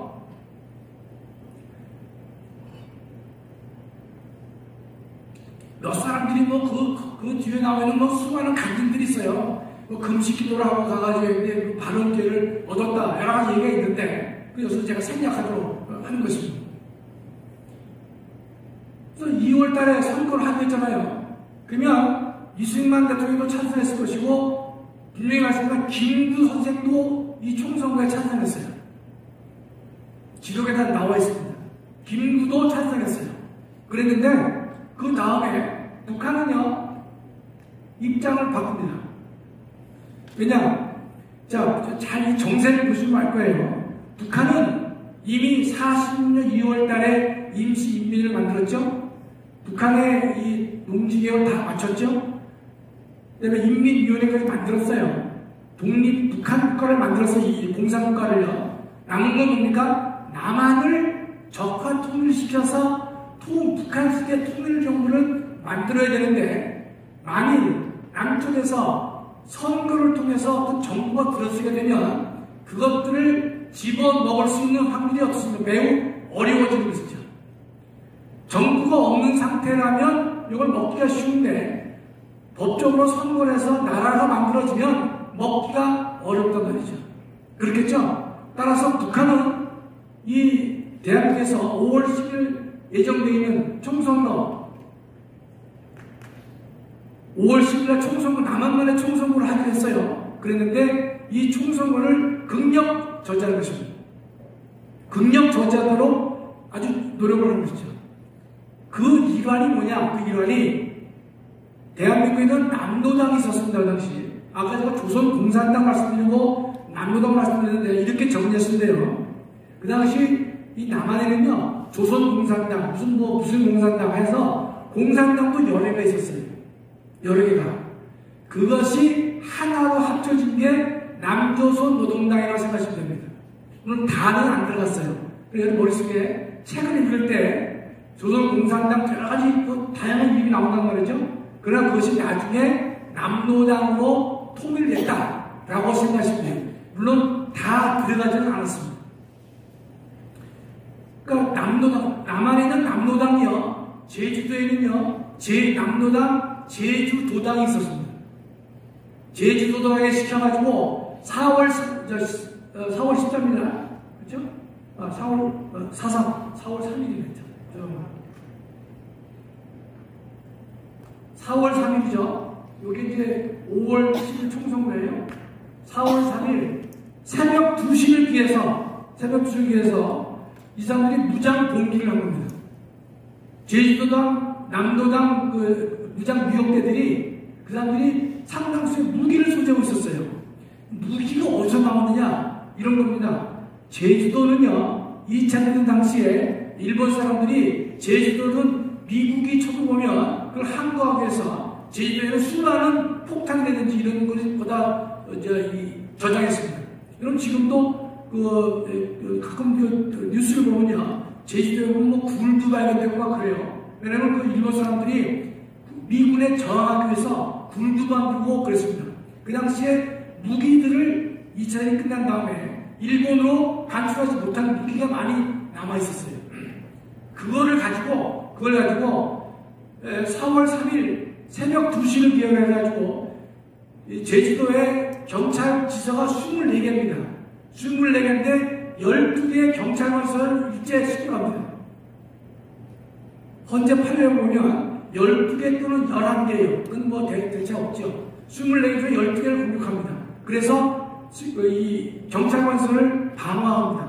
폭파합니다. 경찰관을 죽입니다. 경찰관 가족을 죽입니다. 또 하나 선거관리위원회 위원들을 살해하는 것입니다. 그 당시에 여러분 대한민국 정부가 만들어졌나요? 안 만들어졌죠. 48년 뒤는 8월 15일날 대한민국 정부가 만들어졌죠. 48년 4월 3일은 누구 밑에 있었습니까? 미 군정하에 있었던 시대예요. 미 군정하에. 그래서 미군이 이걸 진압을 해야 되는데 워낙 이 4.3 사태는요, 방대한 규모로 이 반란이 이루어졌던 것입니다. 이 사람들 어떻게 합니까? 낮에는 한라산으로 숨습니다. 밤에는 내려가요. 그래서 양민을 죽이고 자기네 편을 들지 않으면 살해했단 말이죠. 여러분 4.3 사태는요, 민중봉기가 아니에요. 이 문재인 정부는 민중봉기라고 거짓말하는데, 그러면 여러분이 이런 생각할 수 있죠. 문재인은 그 민중봉기라고 하고 김학성이는 남노당 반란이라고 하는데 누구 말이 옳냐 말이죠. 무심히 갈 수도 있잖아요. 그렇죠? 그러나 이거는 명백한 판례가 있는 것입니다. 4.3 특별법은요, 2000년 김대중 정부 때 만들어졌어요. 2001년도 대한민국의 헌법재판소 판례가 나와 있어요. 여러분 쳐보세요. 2001년도 헌재 판례 검색을 해보면 4.3 사건 하면 바로 나옵니다. 우리나라 재판관이 9사람이에요. 9사람이 어떻게 하느냐? 제주 4.3 사건의 본질이 뭐냐? 대한민국의 건국을 부정하고, 그렇죠? 이 총선거는 건국을 부정하는 거예요, 그렇죠? 건국을 방해하고 총선거를 방해하는 목적으로 남노당 제주도당이 중심이 되어서 일으킨 반란이다 말이죠. 그게 판례지 명시했습니다. 명시. 쳐보시면 바로 나와요. 9사람 중에서 이견이 없어. 전원일체예요. 자, 그러면 이게 민중봉기라고 봤습니까? 반란이라고 봤습니까? 헌법재판소는 2001년도에 명백하게 9사람 일치된 의견으로 반란을 봤단 말이죠. 제가 작년 4월 14일 문재인 대통령의 제주 4.3 추모사는 헌법 위반이다 제가 글을 내게 된 것도 가장 강력한 게 뭡니까? 바로 헌재 결정이 제주 4.3은 남도당 제주도당의 반란이었다는 것이 헌법재판소의 일원의 결례란 말이죠. 그게 나와 있어요. 그걸 왜 부정하냐 말이죠. 많은 사람들도 지원하고 있지만 그걸 또 부정하면 안 된단 말이죠. 그렇죠?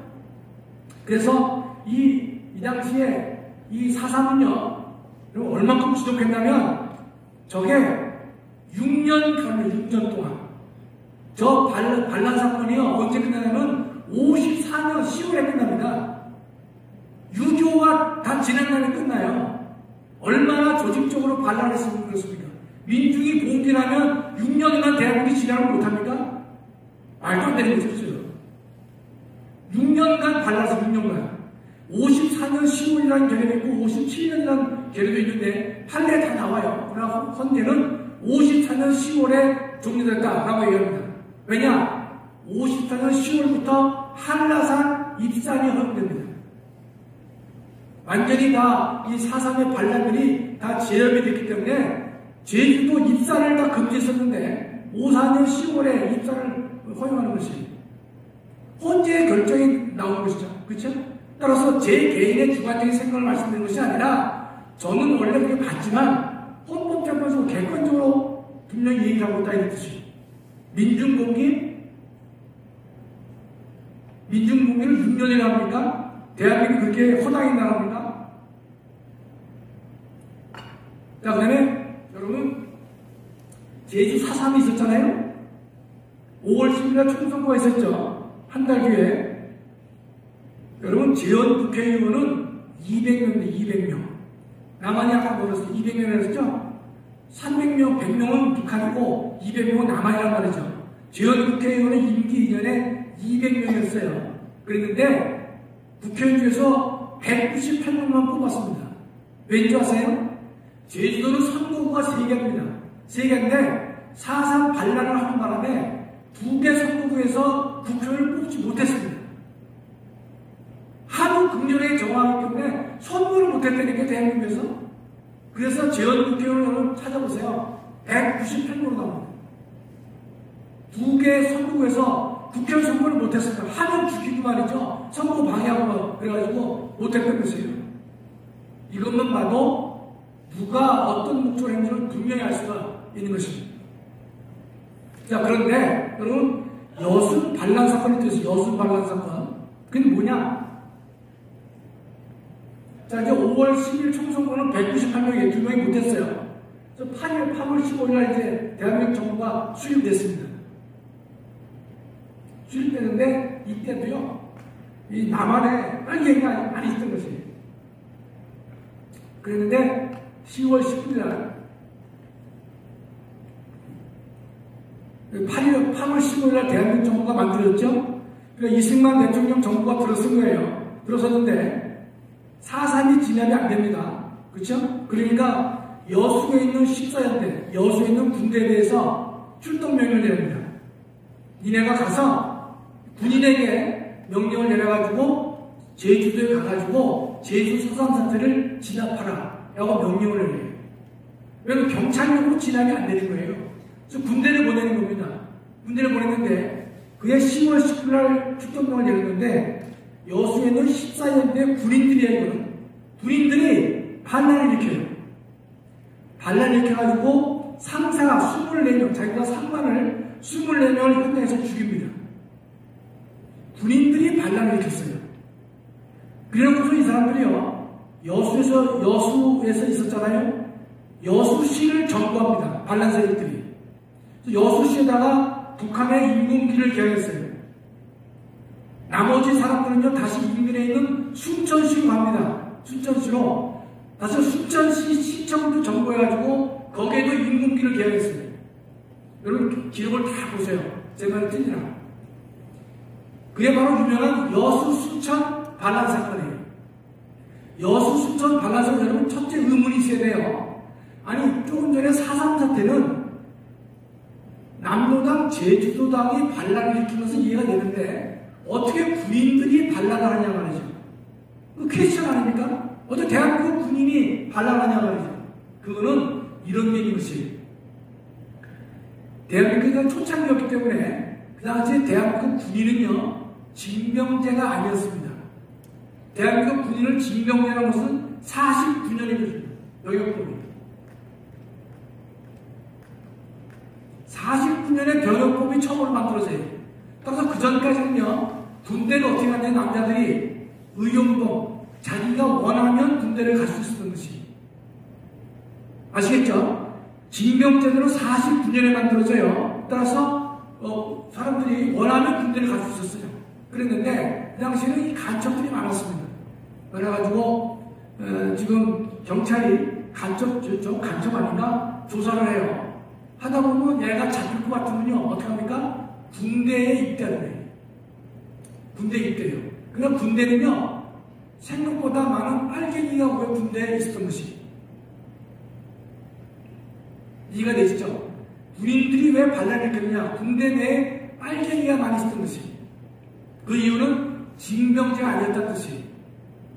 그래서 여수에 있는 14연대가 출동명을 내렸는데 이 사람들이 반란을 일으켜가지고 상관을 죽이고 여수를 점령하고 순천을 점령했단 말이죠.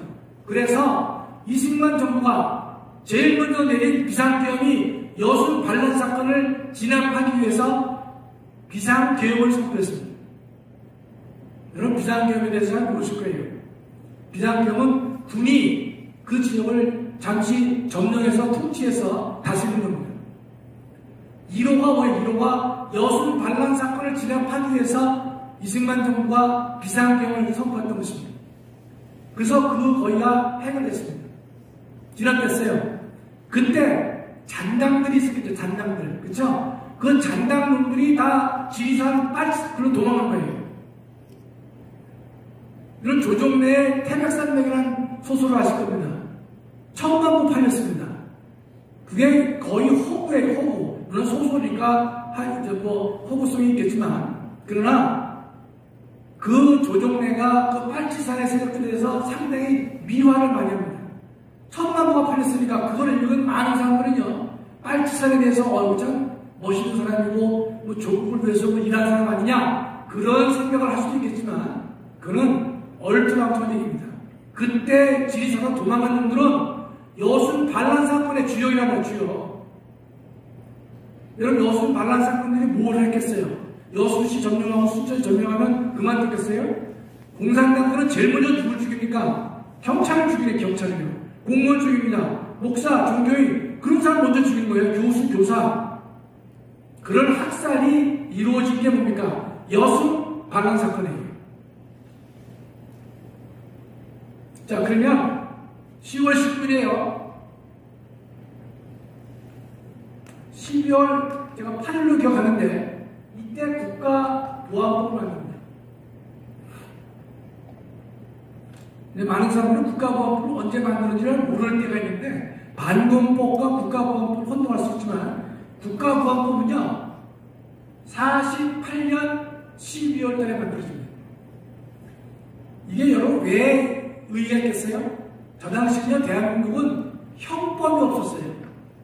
형법. 그럼 대한민국을 어떻게 범죄와 형법을 어떻게 다스렸겠느냐? 대한민국 형법이 만들어지기 전이었기 때문에 일제의 형법을 가지고 우리가 법을 정했습니다. 초창기에는 우리나라 법이 없었어요. 그러니까 일제 시대에 쓰던 일본의 민법, 일본의 형법을 대한민국의 민사 문제를 다스렸고 형사 문제를 다스렸습니다. 그런데 이 일본 형법에 의하면요 국가 자체를 없애려고 하는, 국가 자체를 전복하려고 하는 그런 행위에 대해서 책임을 물을 수 있는 조항이 없었어요. 그래서 이승만 정부는 어떻게 했느냐? 그럼 국가보안법 말을 잘못해서 단어를 국가 자체를 지키기 위한 노력의 뜻이. 그러면 이런 특별법은요 형법이 만들어진 다음에 만들어지는 것이 순서입니다. 형법이라고 하는 일반법을 만들고 그 다음에 특별법을 만들어야 되는데 워낙 급하다 보니까 대한민국이 한번 넘어가시 됐으니까 말이죠. 그래서 이승만 정부가 국가보안법을 먼저 만든 겁니다. 형법이 만들어지기 전에 국가보안법부터 만드는 것이. 이 당시도 국가보안법을 만들 때 반대하는 국회의원이 많이 있었겠죠. 반대하는 놈들은요 6.25가 터졌을 때 대부분 다 월북했습니다. 그런 사람들이에요. 그런데 자, 국가법을 만들었어요. 자, 49년으로 넘어갑니다. 49년으로. 이때 병역법이 만들어졌죠. 근데 이 국가보안법을 해가지고 대한민국 국군을 갖다가 국군에 대해서 숙군이라는 말을 쓸 때 대한민국 쉽게 쉬운 말을 쓰면 대한민국 군대를 정화합니다. 정화하는 일을 하게 됩니다. 군대 내에 빨갱이를 잡아낸 것이. 여러분, 자, 49년에 빨갱이를 잡아냈죠? 1년간 잡아내고 언제? 50년에 6.25가 터졌습니다. 만일에 49년 1년 동안이요 대한민국 내에 있는 빨갱이를 잡아내지 못했으면요 6.25가 났을 때 우리가 어땠을 겁니다. 우리가 북한에 넘어갔을 확률을 보십니다. 그 역사의 아이러니죠. 그렇죠? 여순 반란 사건이 있었기 때문에 국가보안법을 만들었어요. 만들었기 때문에 국군 내에 있는 빨갱이들을 갖다가 정화시켰죠. 그리고 나서 6.25를 맞이한 겁니다. 생각만 해도 끔찍합니다. 그럼 여순 반란 사건을 우리가 감사해야 될 것이냐? 감사하기도 그러지 않습니까? 이걸 가론 여자가 예수님 파는 거와 유사한 거란 말이죠. 여순 반란 사건이 있어서 국가보안법이 만들어지고 국가보안법이 만들어졌기 때문에 지금 49년 1년 동안 군대 내에 있는 빨갱이를 갖다가 다 끄집어냈습니다. 다 처형했던 것이. 이걸 가지고 좌파들은 뭐라고 하냐면 부당하게 이 군인들의 법적 지위를 박탈했다. 이렇게 얘기를 합니다. 부당하게 법적 지위를 박탈한 게 아니라 대한민국에서 반국가 세력을 가진 사람을 잡아낸 거예요. 그러고 나서 6.25가 터진 6.25가. 자, 정리를 해요. 농지개혁과 제가 이 국가보안법을 같이 설명드려요.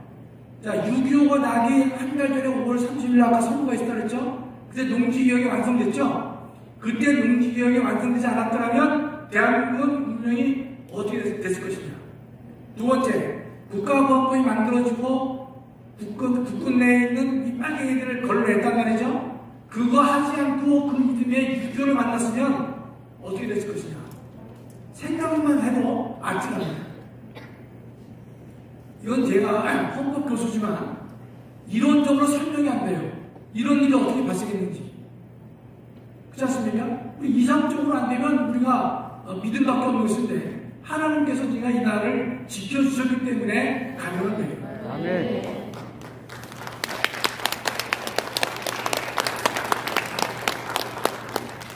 여러분 또 하나 놀라운 사실 알려드릴까요? 자, 49년 국군 내에 있는 빨갱이를 잡아냈다 그래서요. 그쵸? 그 안에 누가 있는지 아세요? 박정희 대통령이 있었어요. 박정희 대통령이. 남로당 조직체예요. 박정희 소령이야, 소령. 그래서 박정희 대통령이 잡혔습니다.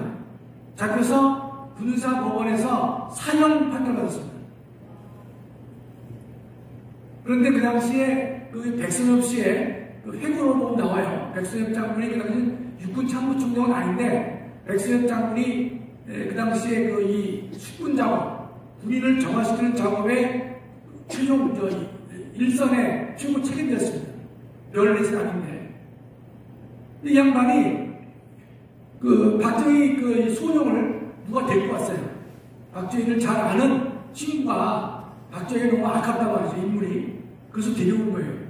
이 사람을 구해달라고. 근데 박정희 대통령이 그냥 소령이죠. 소령인데,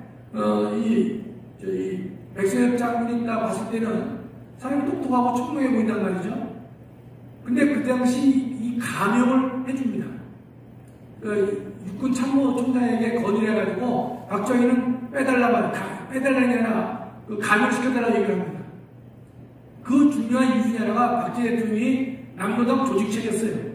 그랬는데 혐의는 많았지만 실제로 이 국가에 대해서 부정적인 행동은 많이 안 한 것 같다는 거 하나. 두 번째로는 이 박정희 소령이 적극적으로 사실을 둡니다. 비밀을 다 두는 거예요. 그래서 남로당 조직책들을 타진하는데, 일망타진하는데 엄청나게 기여를 합니다.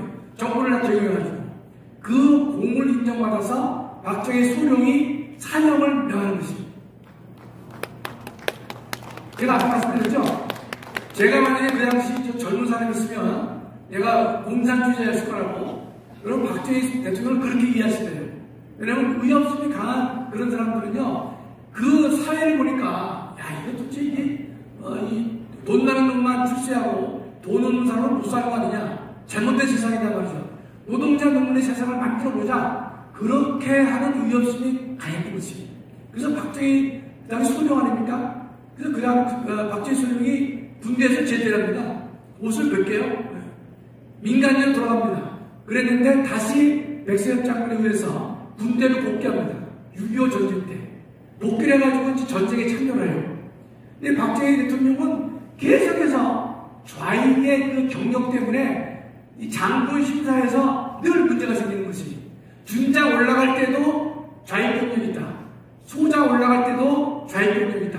문제가 됐는데 백선엽 장군이 적극 나서서 육군 참모총장이기 때문에 백 총장이 적극 나서서 야 전력 붙지 마라 라고 해서 준장과 소장 올라가는데 백선엽 총장이 적극적으로 도와주었다라고 회고록에 나오는데 제가 볼 때 거짓말은 아닌 것 같아요. 그럼 박 대통령은 뭐 소장 이상은 올라갈 필요가 없었죠. 소장 때 5.16 쿠데타를 일으켰으니까 중장, 대장은 갈 필요가 없었다는 뜻이죠. 근데 그런 우리가 암울했던 때가 있답니다. 바로 이 40년 우리 국군을 정화시켰던 것이죠. 자, 여기까지 보시면 이승만 대통령의 명직이에요.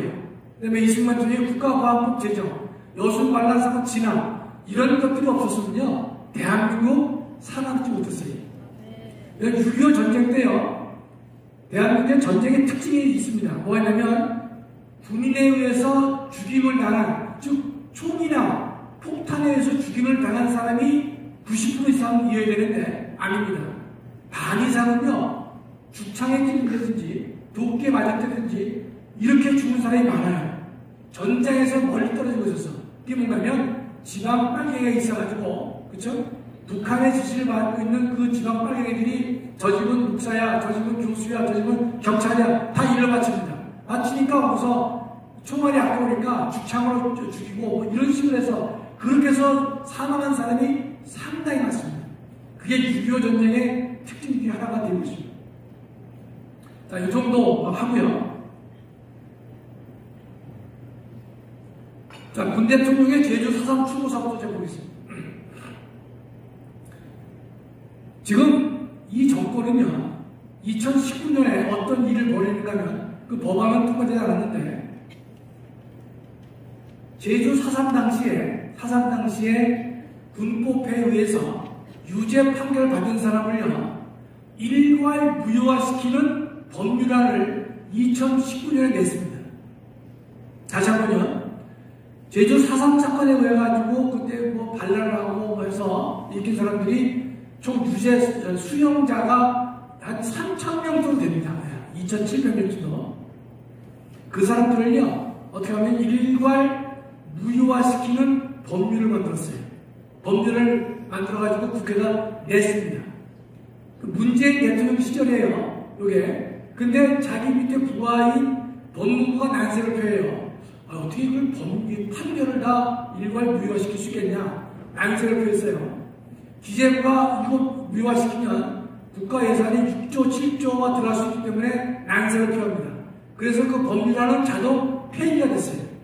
그런데 재작년 4.15 총선에서 압승했죠? 압승한 다음에 이 문재인 정부는요, 제주 4.3에 대한 특별법 개정안을 제출합니다. 그래서 통과를 시켜요. 어떻게 통과시키느냐? 제주 4.3에 의해서 유죄 판결을 받은 모든 수용인을 직권재심과 일괄재심을 통해서 무효화시키는 작업을 법률에 담았습니다. 이건 이미 담은 거예요. 아까 거는 법률을 일괄 무효화시키는 것은 통과가 안 됐습니다. 여러분, 그런 예가 있어요. 히틀러 시대에 만행에 대해서 소독은요, 어떻게 하면 그 히틀러 시대의 형사 판결에 대해서 일괄 무효화시키는 법률을 독일이 만든 바가 있습니다. 나치 청산을 위해서 한 거예요. 그런데 아니 이승만 대통령 정부에서 이루어진 일인데 그게 히틀러가 한 겁니까? 히틀러 정부가 비견됩니까? 아니겠죠. 그럼에도 불구하고 적법하게 군법회의에서 유죄 판결을 받은 사람들을 일괄 무효화시키겠다. 그런 법률안을 제출한 바가 있습니다. 아까 말씀드렸죠? 안 됐다고. 4.15 총선은 자기네들도 미안했는지 이걸 어떻게 하느냐? 법무부 장관이 그 수용자 전체를 일괄 재심 또는 직권재심을 통해서 무죄로 만들려고 합니다. 작년 11월 30일에 여러분 신문 찾아보세요. 박범계가 대검찰청이 지시합니다. 4.3 수용자 2,300명에 대해서 일괄 재심을 하도록 하라라고 박범계가 지시했습니다. 현재 대검에서는요, 그 작업을 하기 위한 위원회가 현재 만들어지고 있습니다. 얼마 안 됐어요. 작년 11월 30일입니다. 날짜까지 말씀드려요. 찾아봐요. 국민들은 그게 무슨 날인지 몰라요. 모르는데 그 짓을 좀 하고 있단 말이죠. 결국은 뭡니까? 4.3 사건에서 군법회의에서 유죄받은 사람들을 일괄해서 무죄 판결을 만들겠다는 거와 똑같은 것이죠. 그렇죠? 법률로 일괄 무효화시키냐 아니면 일괄 재심이나 직권 재심을 통해서 무효화시키냐 방법만 달랐을 뿐이지 그런 짓거리를 지금 현재 하고 있는 것입니다. 3월 9일 날 정권 교체가 되면 그건 반드시 무력화되어야 될 것이다. 저는 이렇게 믿습니다. 자, 그러면 이건 이 나라가 하는 거예요. 이 나라가. 그 다음에 또 하나 먼저 말씀드리면 금년 4월달 4.3법이 개정령에 효력을 발생합니다. 금년 4월달 되면요 4.3 사건과 관련된 사람 1인당 9천만 원씩 줍니다. 9천만 원씩 일괄 지급합니다. 따라서 지금 제주도에는요 좌파표가 바뀌었어요. 우파표가 바뀌었어요. 여러분 말도 못 그래 말도. 돈 주기 때문에 다 넘어가 있습니다. 그런데 자 이제부터는요 이 법안 말고 제주지방법원 판사가 어떤 웃기는 짓을 했는지 한번 제가 소개를 하도록 하겠습니다. 여러분 예컨대 재심이라고 하는 것은요 판사나 검사 모두가 다 가장 싫어합니다. 판사나 검사가 다 싫어해요. 왜 그렇겠어요? 그러니까 이런 거예요. 대학에서 교수가 점수를 매겼는데 날짜가 다 지났어. 근데 고쳐달라 하는 것도 상당히 불편하잖아요. 그렇죠? 그런데 이 판결이 확정됐는데 그걸 다시 재판해달라 하면요 검사도 자기 잘못을 인정하는 것이고 판사도 자기 잘못을 인정하는 것이죠. 그렇죠? 또 법적 안정성을 반하기 때문에 재심은 이렇게 말하면 돼요. 낙타가 바늘기 들어가기보다 더 어렵습니다. 안 해줍니다. 그럼 재심 사건 별로 없죠? 네. 그런데 이 제주지방법원에서는요 2018년에요. 18년에 제갈창 이놈이 판사 이름은 공개해도 법에 걸리지 않습니다. 제갈창 이 판사인데 이 친구가 18명 생존 수용자. 이 뭔가면 4.3 때 유죄를 받았는데 지금도 살아계세요. 아주 건강하신 분들이죠. 살아계신 생존 수용자 18명이 법원에 대해서 재심 청구를 합니다. 재심 청구. 그런데 그 관련 이 자기 사건에 대해서 뭐가 없냐? 공소장이 없어요. 공판 기록도 없습니다. 판결문도 없어. 70년 전의 사건이니까. 그렇죠? 70년 전인데다가 우리가 뭘 겪었죠? 6.25를 겪었기 때문에 이런 기록이 전혀 없습니다. 공소장도 없고 공판 기록도 없고 판결문도 없어요. 뭐만 남아있느냐? 수용인 명부라고 해서 홍길동 국방경비대법 몇 조 위반 징역 7년 성춘향 뭐뭐 위반 징역 4년 뭐뭐 무기 이렇게 수용 기록만 하나 남아있어요.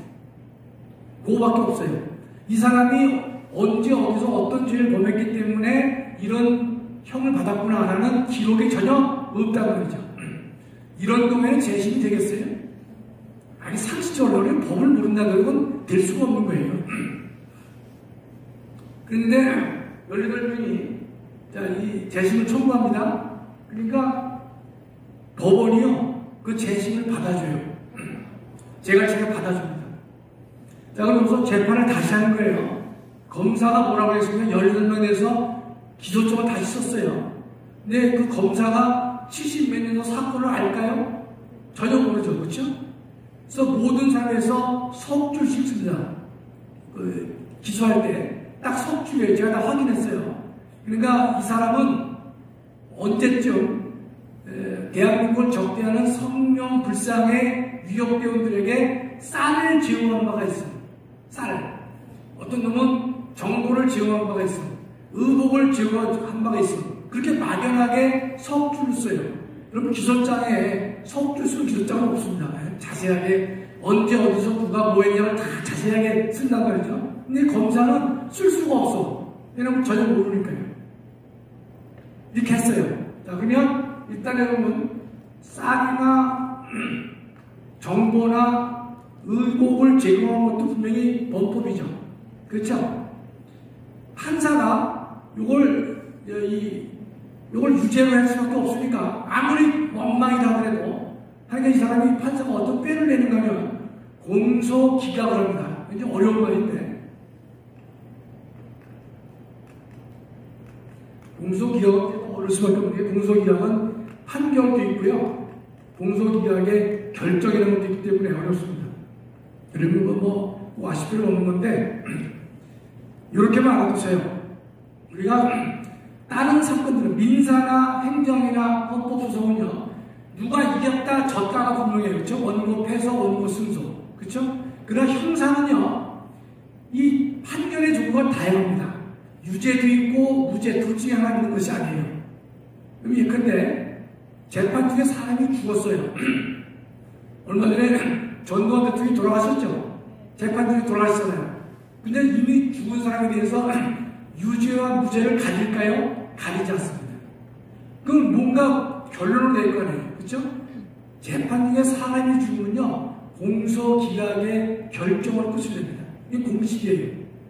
여유가 있으면 요거 하나 알아두세요. 알아두시면 여러분 신문 보다 보면요, 옛날에 노무현 대통령도 재판 중에 돌아가셨죠? 그럼 판사가 뭐로 할까요? 공소기각의 결정으로 끝이 됩니다. 재판 중에 사람 피고인이 죽으면 공소기각의 결정으로 끝이 되는 것입니다. 근데 공소기각의 판결은 몇 가지가 있는데 제가 이거보다 설명을 안 드리고요. 공소기각의 판결을 하게 되면요, 형사보상 등을 받을 수도 있고 받지 못할 수도 있어요. 판결에서 무죄가 선고되면 형사보상금을 100% 줍니다. 100% 주는데 공소기각이 되면 100% 받지 못해요. 무죄가 되지, 공소기각이 아니었으면 무죄가 될 만한 사건이라야 형사보상을 주는데 공소기각을 했습니다. 왜냐? 쌀이나 정보나 의복을 제공한 것은 분명히 범법행위죠. 그쵸? 요거에 대해서 판사가 무죄로 할 수는 없겠죠? 요건 너무 무리가 있단 말이죠. 분명히 석줄밖에 안 되지만 쌀을 제공했고 정보를 제공했으니까 분명히 범법이에요. 그러니까 판사는 이때 꾀를 내가지고 무죄 안 합니다. 무죄를 안 하고 공소기각을 하는데 이런 겁니다. 쉽게 말해서 검사 당신은 공소장이 너무나 부실하다. 이게 부실하다. 공소 사실을 특정해서 누가 언제 어디서 무엇을 왜 그런 분명히 특정해서 공소장을 써야 되는데 너는 부실하게 석줄밖에 안 썼다는 뜻입니다. 그런 이유로 판사는 공소기각을 했습니다. 제가 그때 저는 전문가니까요. 그래? 형사보상을 어떻게 줄까? 공소기각이 아니면 무죄가 아니라야 되는데, 공소기각이 아니면 무죄가 될 만한 경우가 되는데 이 사람들이 무죄를 어떻게 입증하려고 하려나 그랬는데 형사보상을 청구해요. 18사람이 공소기각이 됐죠. 그래서 형사보상을 얼마 청구하면 53억 4천을 청구합니다. 18사람이. 18사람의 죄의 형은요, 사형, 무기, 15년, 8년입니다. 전체가 다. 그런 사람들은 뭡니까? 당시에 유격대원으로서 대한민국에 적극적으로 항거한 사람이죠. 그렇죠? 그렇다고서 사형, 무기 15년, 8년이 나올 수가 없단 말이죠. 그런 사람들인데 이것에 대해서 53억 4천에 대한 보상금을 공소 기각을 해주니까 형사보상을 53억 4천을 청구해서 다 받아갔습니다. 받아갔어요. 네. 근데 이 사람들이요, 또 가만히 있지 않아요. 어떡합니까? 다시 국가배상을 110억을 청구합니다. 요거 현재 제주지방법원에 계류 중에 있어요. 요거는. 근데 제가 그때, 야, 이거 도대체 이 말이 되나? 그래서 두 번째 의견문을 제가 냈습니다. 제주지방법원은 더 이상 국민을 경악시키지 마라. 실명을 다 판사 실명을 다 검열하고 제가 신문을 낸 거예요. 그 다음에 그 판사가 다른 사람인데, 다른 사람은 이 국가배상 115억 청구했잖아요. 청구했는데 거기에서 판사가 뭐라고 하면 원고한테, 야, 니네가 115억 청구하려면 국가가 잘못됐다는 사실을 입증해야 되는데 증명해봐라 라고 얘기를 했어요. 그럼 국가배상에서 당연한 이유입니다. 근데 그 원고는 뭐라고 판명하냐면, 무슨 소리냐, 지난번에 재심사건에서 국가가 잘못했다라고 해서 우리가 53억 수가 받았는데 무슨 국가가 잘못된 걸 우리가 입증하냐 말이죠. 그래서 싸웠어요. 싸웠는데 지금 그 판결에 대해서요, 그 청구인, 원고들이 현재 항소 중에 있습니다. 저는 10년 지나가서 그 다음 조사를 합니다. 제정신은 도저히 그 사건을 내가 추적할 이유가 없다는 뜻이.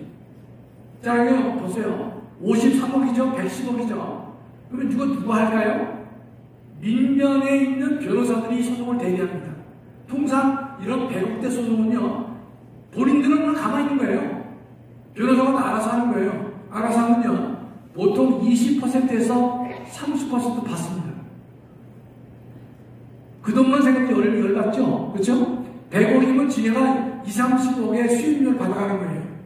그런 식으로 이 나라가 개판이 되고 있다는 뜻이에요. 국가배상은 아직 확정 안 됐습니다. 안 됐는데 형사보상금은 53억 4천 받아갔어요.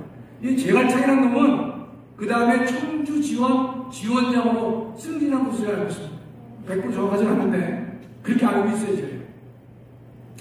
이 사건이 하나가 아니에요. 두 번째로는요, 이어서 이번에는요, 10명의 자식들이 있는 자식. 10명은요, 다 죽었어요. 사상 때 죽은 사람들이에요. 죽은 사람들인데 아들, 딸들이 소송을 낸 거예요. 근데 법원은 뭐 하죠? 법원은 또 무죄예요. 아들, 딸이 그 사건을 압니까? 저희 모르잖아요. 그런데 아들, 딸이 낸 것을 법원이 무죄했어요. 저는 이 사람들이 형사보상을 청구했을 텐데 전 조사 안 했습니다.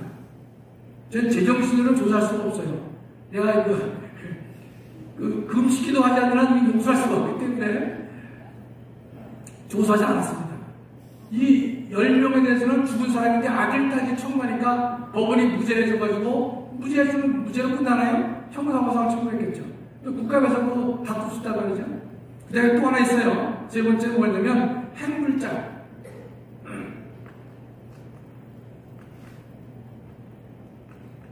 핵물장을 말씀드렸는데 핵물장은 뭡니까? 여러분? 핵만 불먹는 사람이죠. 원인이 소재를 잘 모르는 사람이죠. 여러분, 여기서 말하는 핵물장은 이런 사람이에요. 그러나 소재 파악이 안 되는 핵물장은 우리가 의미가 없죠. 어떤 사람이냐? 문사법원에 의해서 유죄 판결을 받고 감옥소에 있는 사람, 감옥소에 있다가 유교가 터진 바람에 도망간 놈들이. 그게 핵물자예요. 소재를 몰라. 그쵸? 그러니까 소재 파악이 안 되는 이상들이 없으면 내일로 올 수도 있고 일본으로도 많이 갔을 거란 말이죠.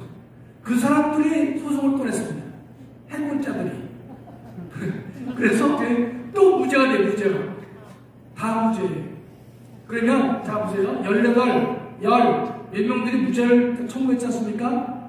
야, 왜 이렇게 이 사람들을 고생시키냐 말이죠. 이 나라가 일괄해서 2,300명 수송하지 않더라도 법무부 장관이 대검에 의견해서 일괄해서 직권무효 시켜버리자 말이죠. 그게 뭡니까? 작년 11월 31일 내린 박범계가 향한 이 직권재심을 일괄 청구하라 라고 한 조치가 바로 그 사안입니다. 나머지 2,300명 일일이 다 이렇게 수송해서 고생하지 말고 우리가 다 해결해 주겠다 말이죠. 그런 일을 지금 이 정부가 벌이고 있는 것입니다. 여러분 용서가 되십니까? 인내가 돼요? 제가 그래서 저는 이제 작년에 이 유형방법을 낸 것도 제가 이제 저는 2020년 2월 달에 제가 정년을 했습니다. 정년하고 저는 이제 실제로 우리 집사람들이 와 있지만 저는 헌법을 다 버려버렸어요. 헌법책을 다 제자들 다 줬어요. 저희 집에 헌법책 20권도 안 됩니다. 몇천 권 제가 다 제자들 줬어요. 나는 예컨대 제대한 다음에 정년한 다음에 제가 부족하지만 진화론을 비판하는 그런 제가 강연을 하러 다니고 싶었어요. 그래서 제가 정년 3년 전부터 그런 마음을 주셔가지고 제가 진화론을 비판하는 글을 제가 많이 썼습니다.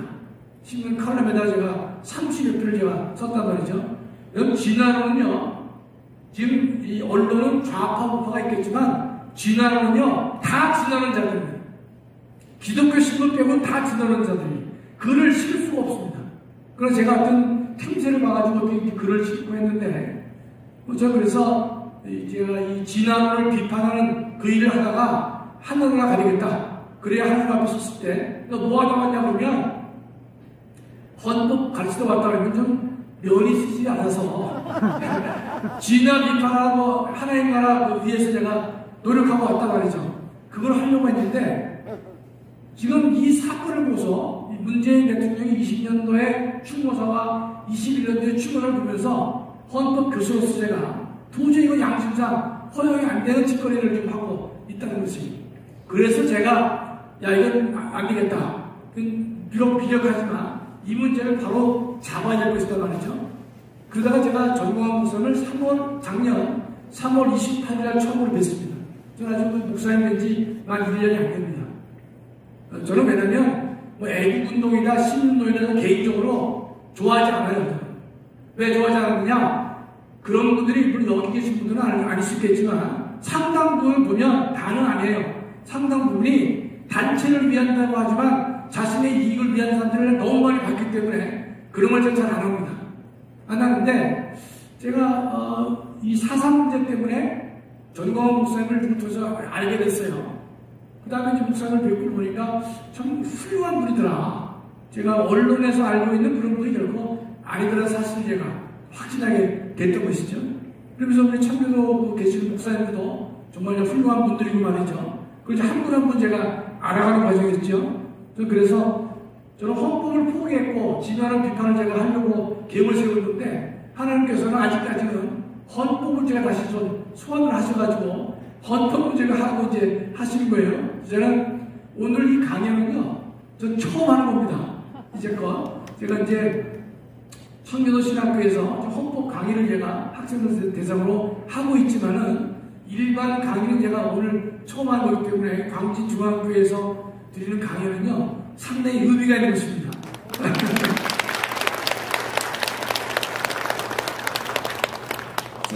지금 제가 간단하게 건국과정과 4.3에 대해서 현 정권이 얼마나 잘못하고 있는지 정말 이것은 분명히 정권 교체를 통해서 잘못된 폐악들을 되돌리지 않으면 안 된다. 도저히 이런 겁니다. 4.3 같은 경우에는요 남노당 반란 세력들이 양민을 죽인 것도 있지만 우리나라 군경도 진압하다가 양민을 죽인 경우가 많이 있습니다. 그건 분명히 맞아요. 그러면 그런 경우에는요 우리가 제주에 있는 4.3공원 같은 거 만들어가지고 위령탑 만들어서 다 70년 전에 일이니까 다 넓은데 다 대한민국 사람이기 때문에 그냥 우리가 4.3공원을 만들고 위령탑 가지고 끝내자. 여기까지 한다면 우리가 그것도 반대하는 분이 있겠지만 저는 좋다고 생각하는데 아니 거기서 끝내야 될 일을 갖다가 계속 물고 늘어져가지고 재판을 무효화시키고 형사 보상금을 주고 국가 배상을 주고 또 1인당 9천만 원씩 돈을 주겠다고 하는 이 정부의 작태는요 도저히 이건 상식적으로 받아들일 수 없는 것이고 대한민국의 정의에 정면으로 반하는 것이다 이런 생각을 안 할 수가 없는 것입니다. 그래서 제가 기회가 된다면 제가 뭐 불러주시면 제가 어디든지 가서 이 내용을 제가 설명하고 이 내용은 분명히 말씀드리지만 대학 교수도 잘 몰라요. 제가 얼마 전에 어느 대학의 헌법 교수인데 저 때문에 혼이 났는데 잘 모르더라고요. 그래서 내가 야 이놈 너 헌법 교수 하려면 건국과정 45부터 48까지의 내용을 공부하고 학생들 가르쳐라 말이지. 지가 제대로 알지도 못하고 들은 투혼만 가지고 있는데 학생들 가르친다는 건 교수가 아니다 말이죠. 그러니까 이승만 비판하려면 이승만에 관한 책을 한 권을 읽어봐. 한 권도 읽어보지 않고 했는데 들은 투혼로 저 거의 편승해서 하지 마라 말이죠. 제가 얘기를 했는데 실제로 모를 수밖에 없는 게 70 몇 년 전 사건이에요. 여러분 나이가 드신 분도 알 수가 없단 말이죠. 그렇죠? 때문에 학교에서 나와 있는 강의안들은 또 교환들은요 뭐 민중봉기로 했는데 뭐 경찰이 과잉진압을 해가지고 민중봉기를 했다 이 말만 나와요. 이 말만.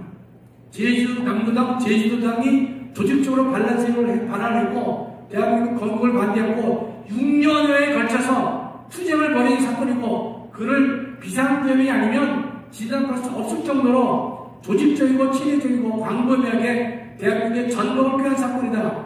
이걸 모르고 있다는 거죠.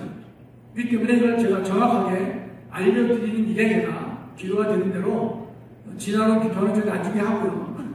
홍보대회를 좀 먼저 해야 되겠습니다. 지금 질문 받는 시간이 있나요? 예.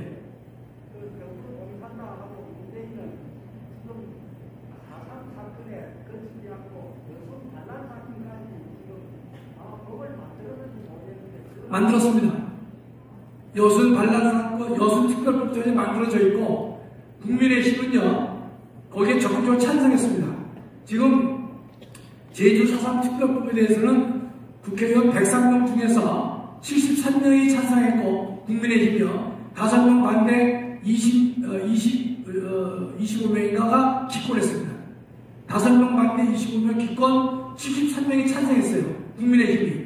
그래서 국민의힘 이 친구들한테 내가 마음을 줄 수 없다. 두 번째는요, 지금 말씀드린 여순 반란 특별법, 여순 되도록 반란하지 않았으니까 여순 특별법전이 만들어져 있고, 그 다음에 이 민주당의 국민의힘에서는요, 대승적 차원에서 동의했습니다. 현재 그 법 만들어져 있습니다. 네. 저는 그런데 그 법이요, 이런 거죠. 여순이건 제주 4.3이건 간에 남로당에 의해서 무고하게 돌아가신 양민들 또 군경에 의해서 학살당한 양민들이 있어요. 그런 분들을 위로하기 위한 돈이라면 저는 얼마든지 지급돼야 옳다고 생각합니다. 여순도 마찬가지입니다. 그러나 누구는 빠져야 되겠죠? 여순 반란으로 인해서 또는 제주 4.3으로 인해서 반란의 중경 간부급 이상의 수괴들 사형, 무기, 징역 8년, 15년 이런 사람을 무죄로 만들어주면서 형사보상금을 지급한다? 대한민국의 이건 망국의 길로 간다. 저렇게 생각합니다. 그럼 강의를 마치겠습니다.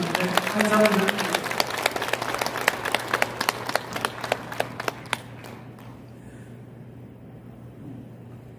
우리 이 시간에 대한민국 최고의 헌법학자이신 우리 김학성 교수님께서 말씀 들으신 대로 일반인을 대상으로 이렇게 오셔가지고 강의는 처음 하셨답니다. 영광이시죠? 네. 우리 이렇게 뜨겁게 열강해 주신 우리 교수님께 감사의 박수 보내겠습니다. 감사합니다. 감사합니다. 오늘 이렇게 또 귀한 글을 해주신 우리 여러 우리 성도님들 애국공진들 우리 서로 좌우 살펴보시면서 우리 감사의 박수, 격려와 축복의 박수 한번 하십시오. 우리끼리 한번 자축하십시오.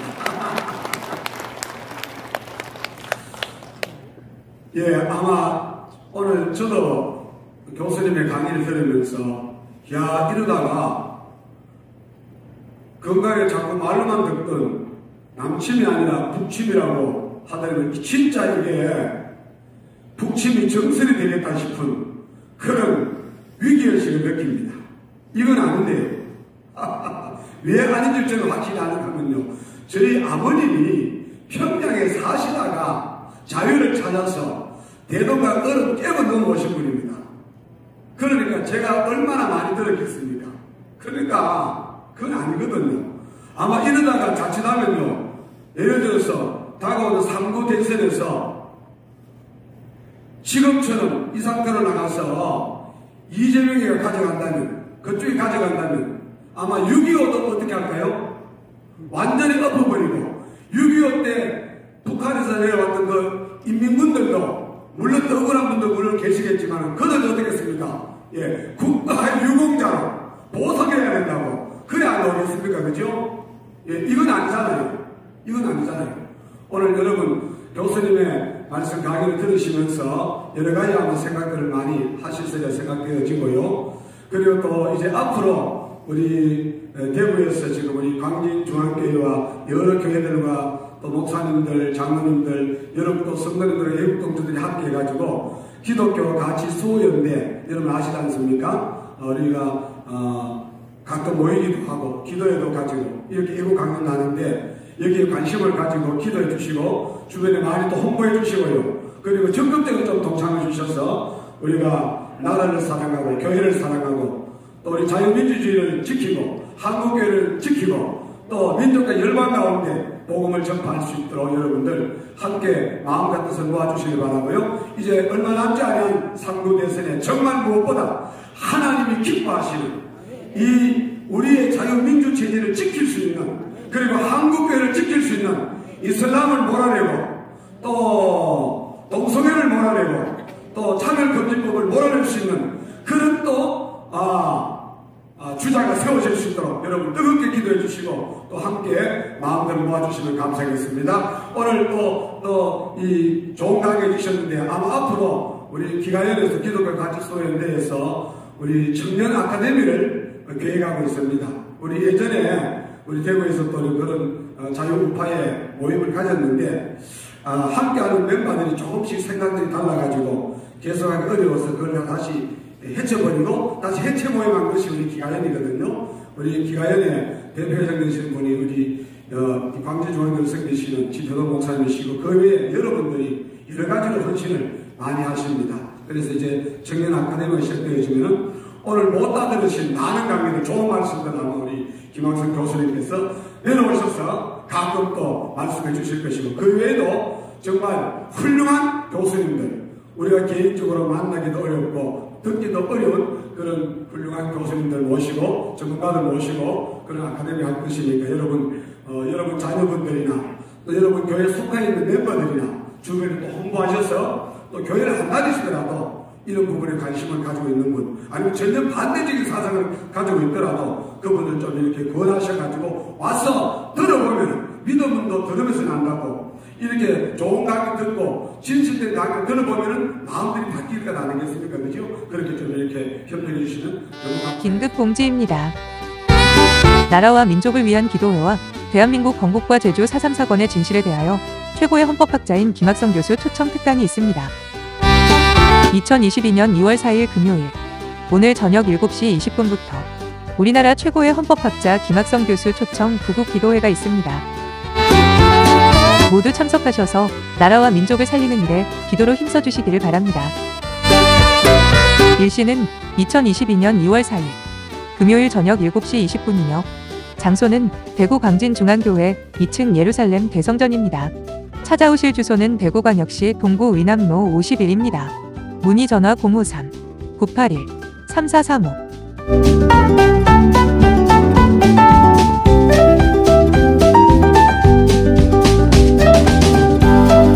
대중교통편으로는 101번, 101-1번, 401번, 북부 2번 버스를 타시고 위남마을 입구에서 하차하시거나 401번, 801번, 북부 2번 버스를 타시고 원불교 앞에서 하차하시면 됩니다.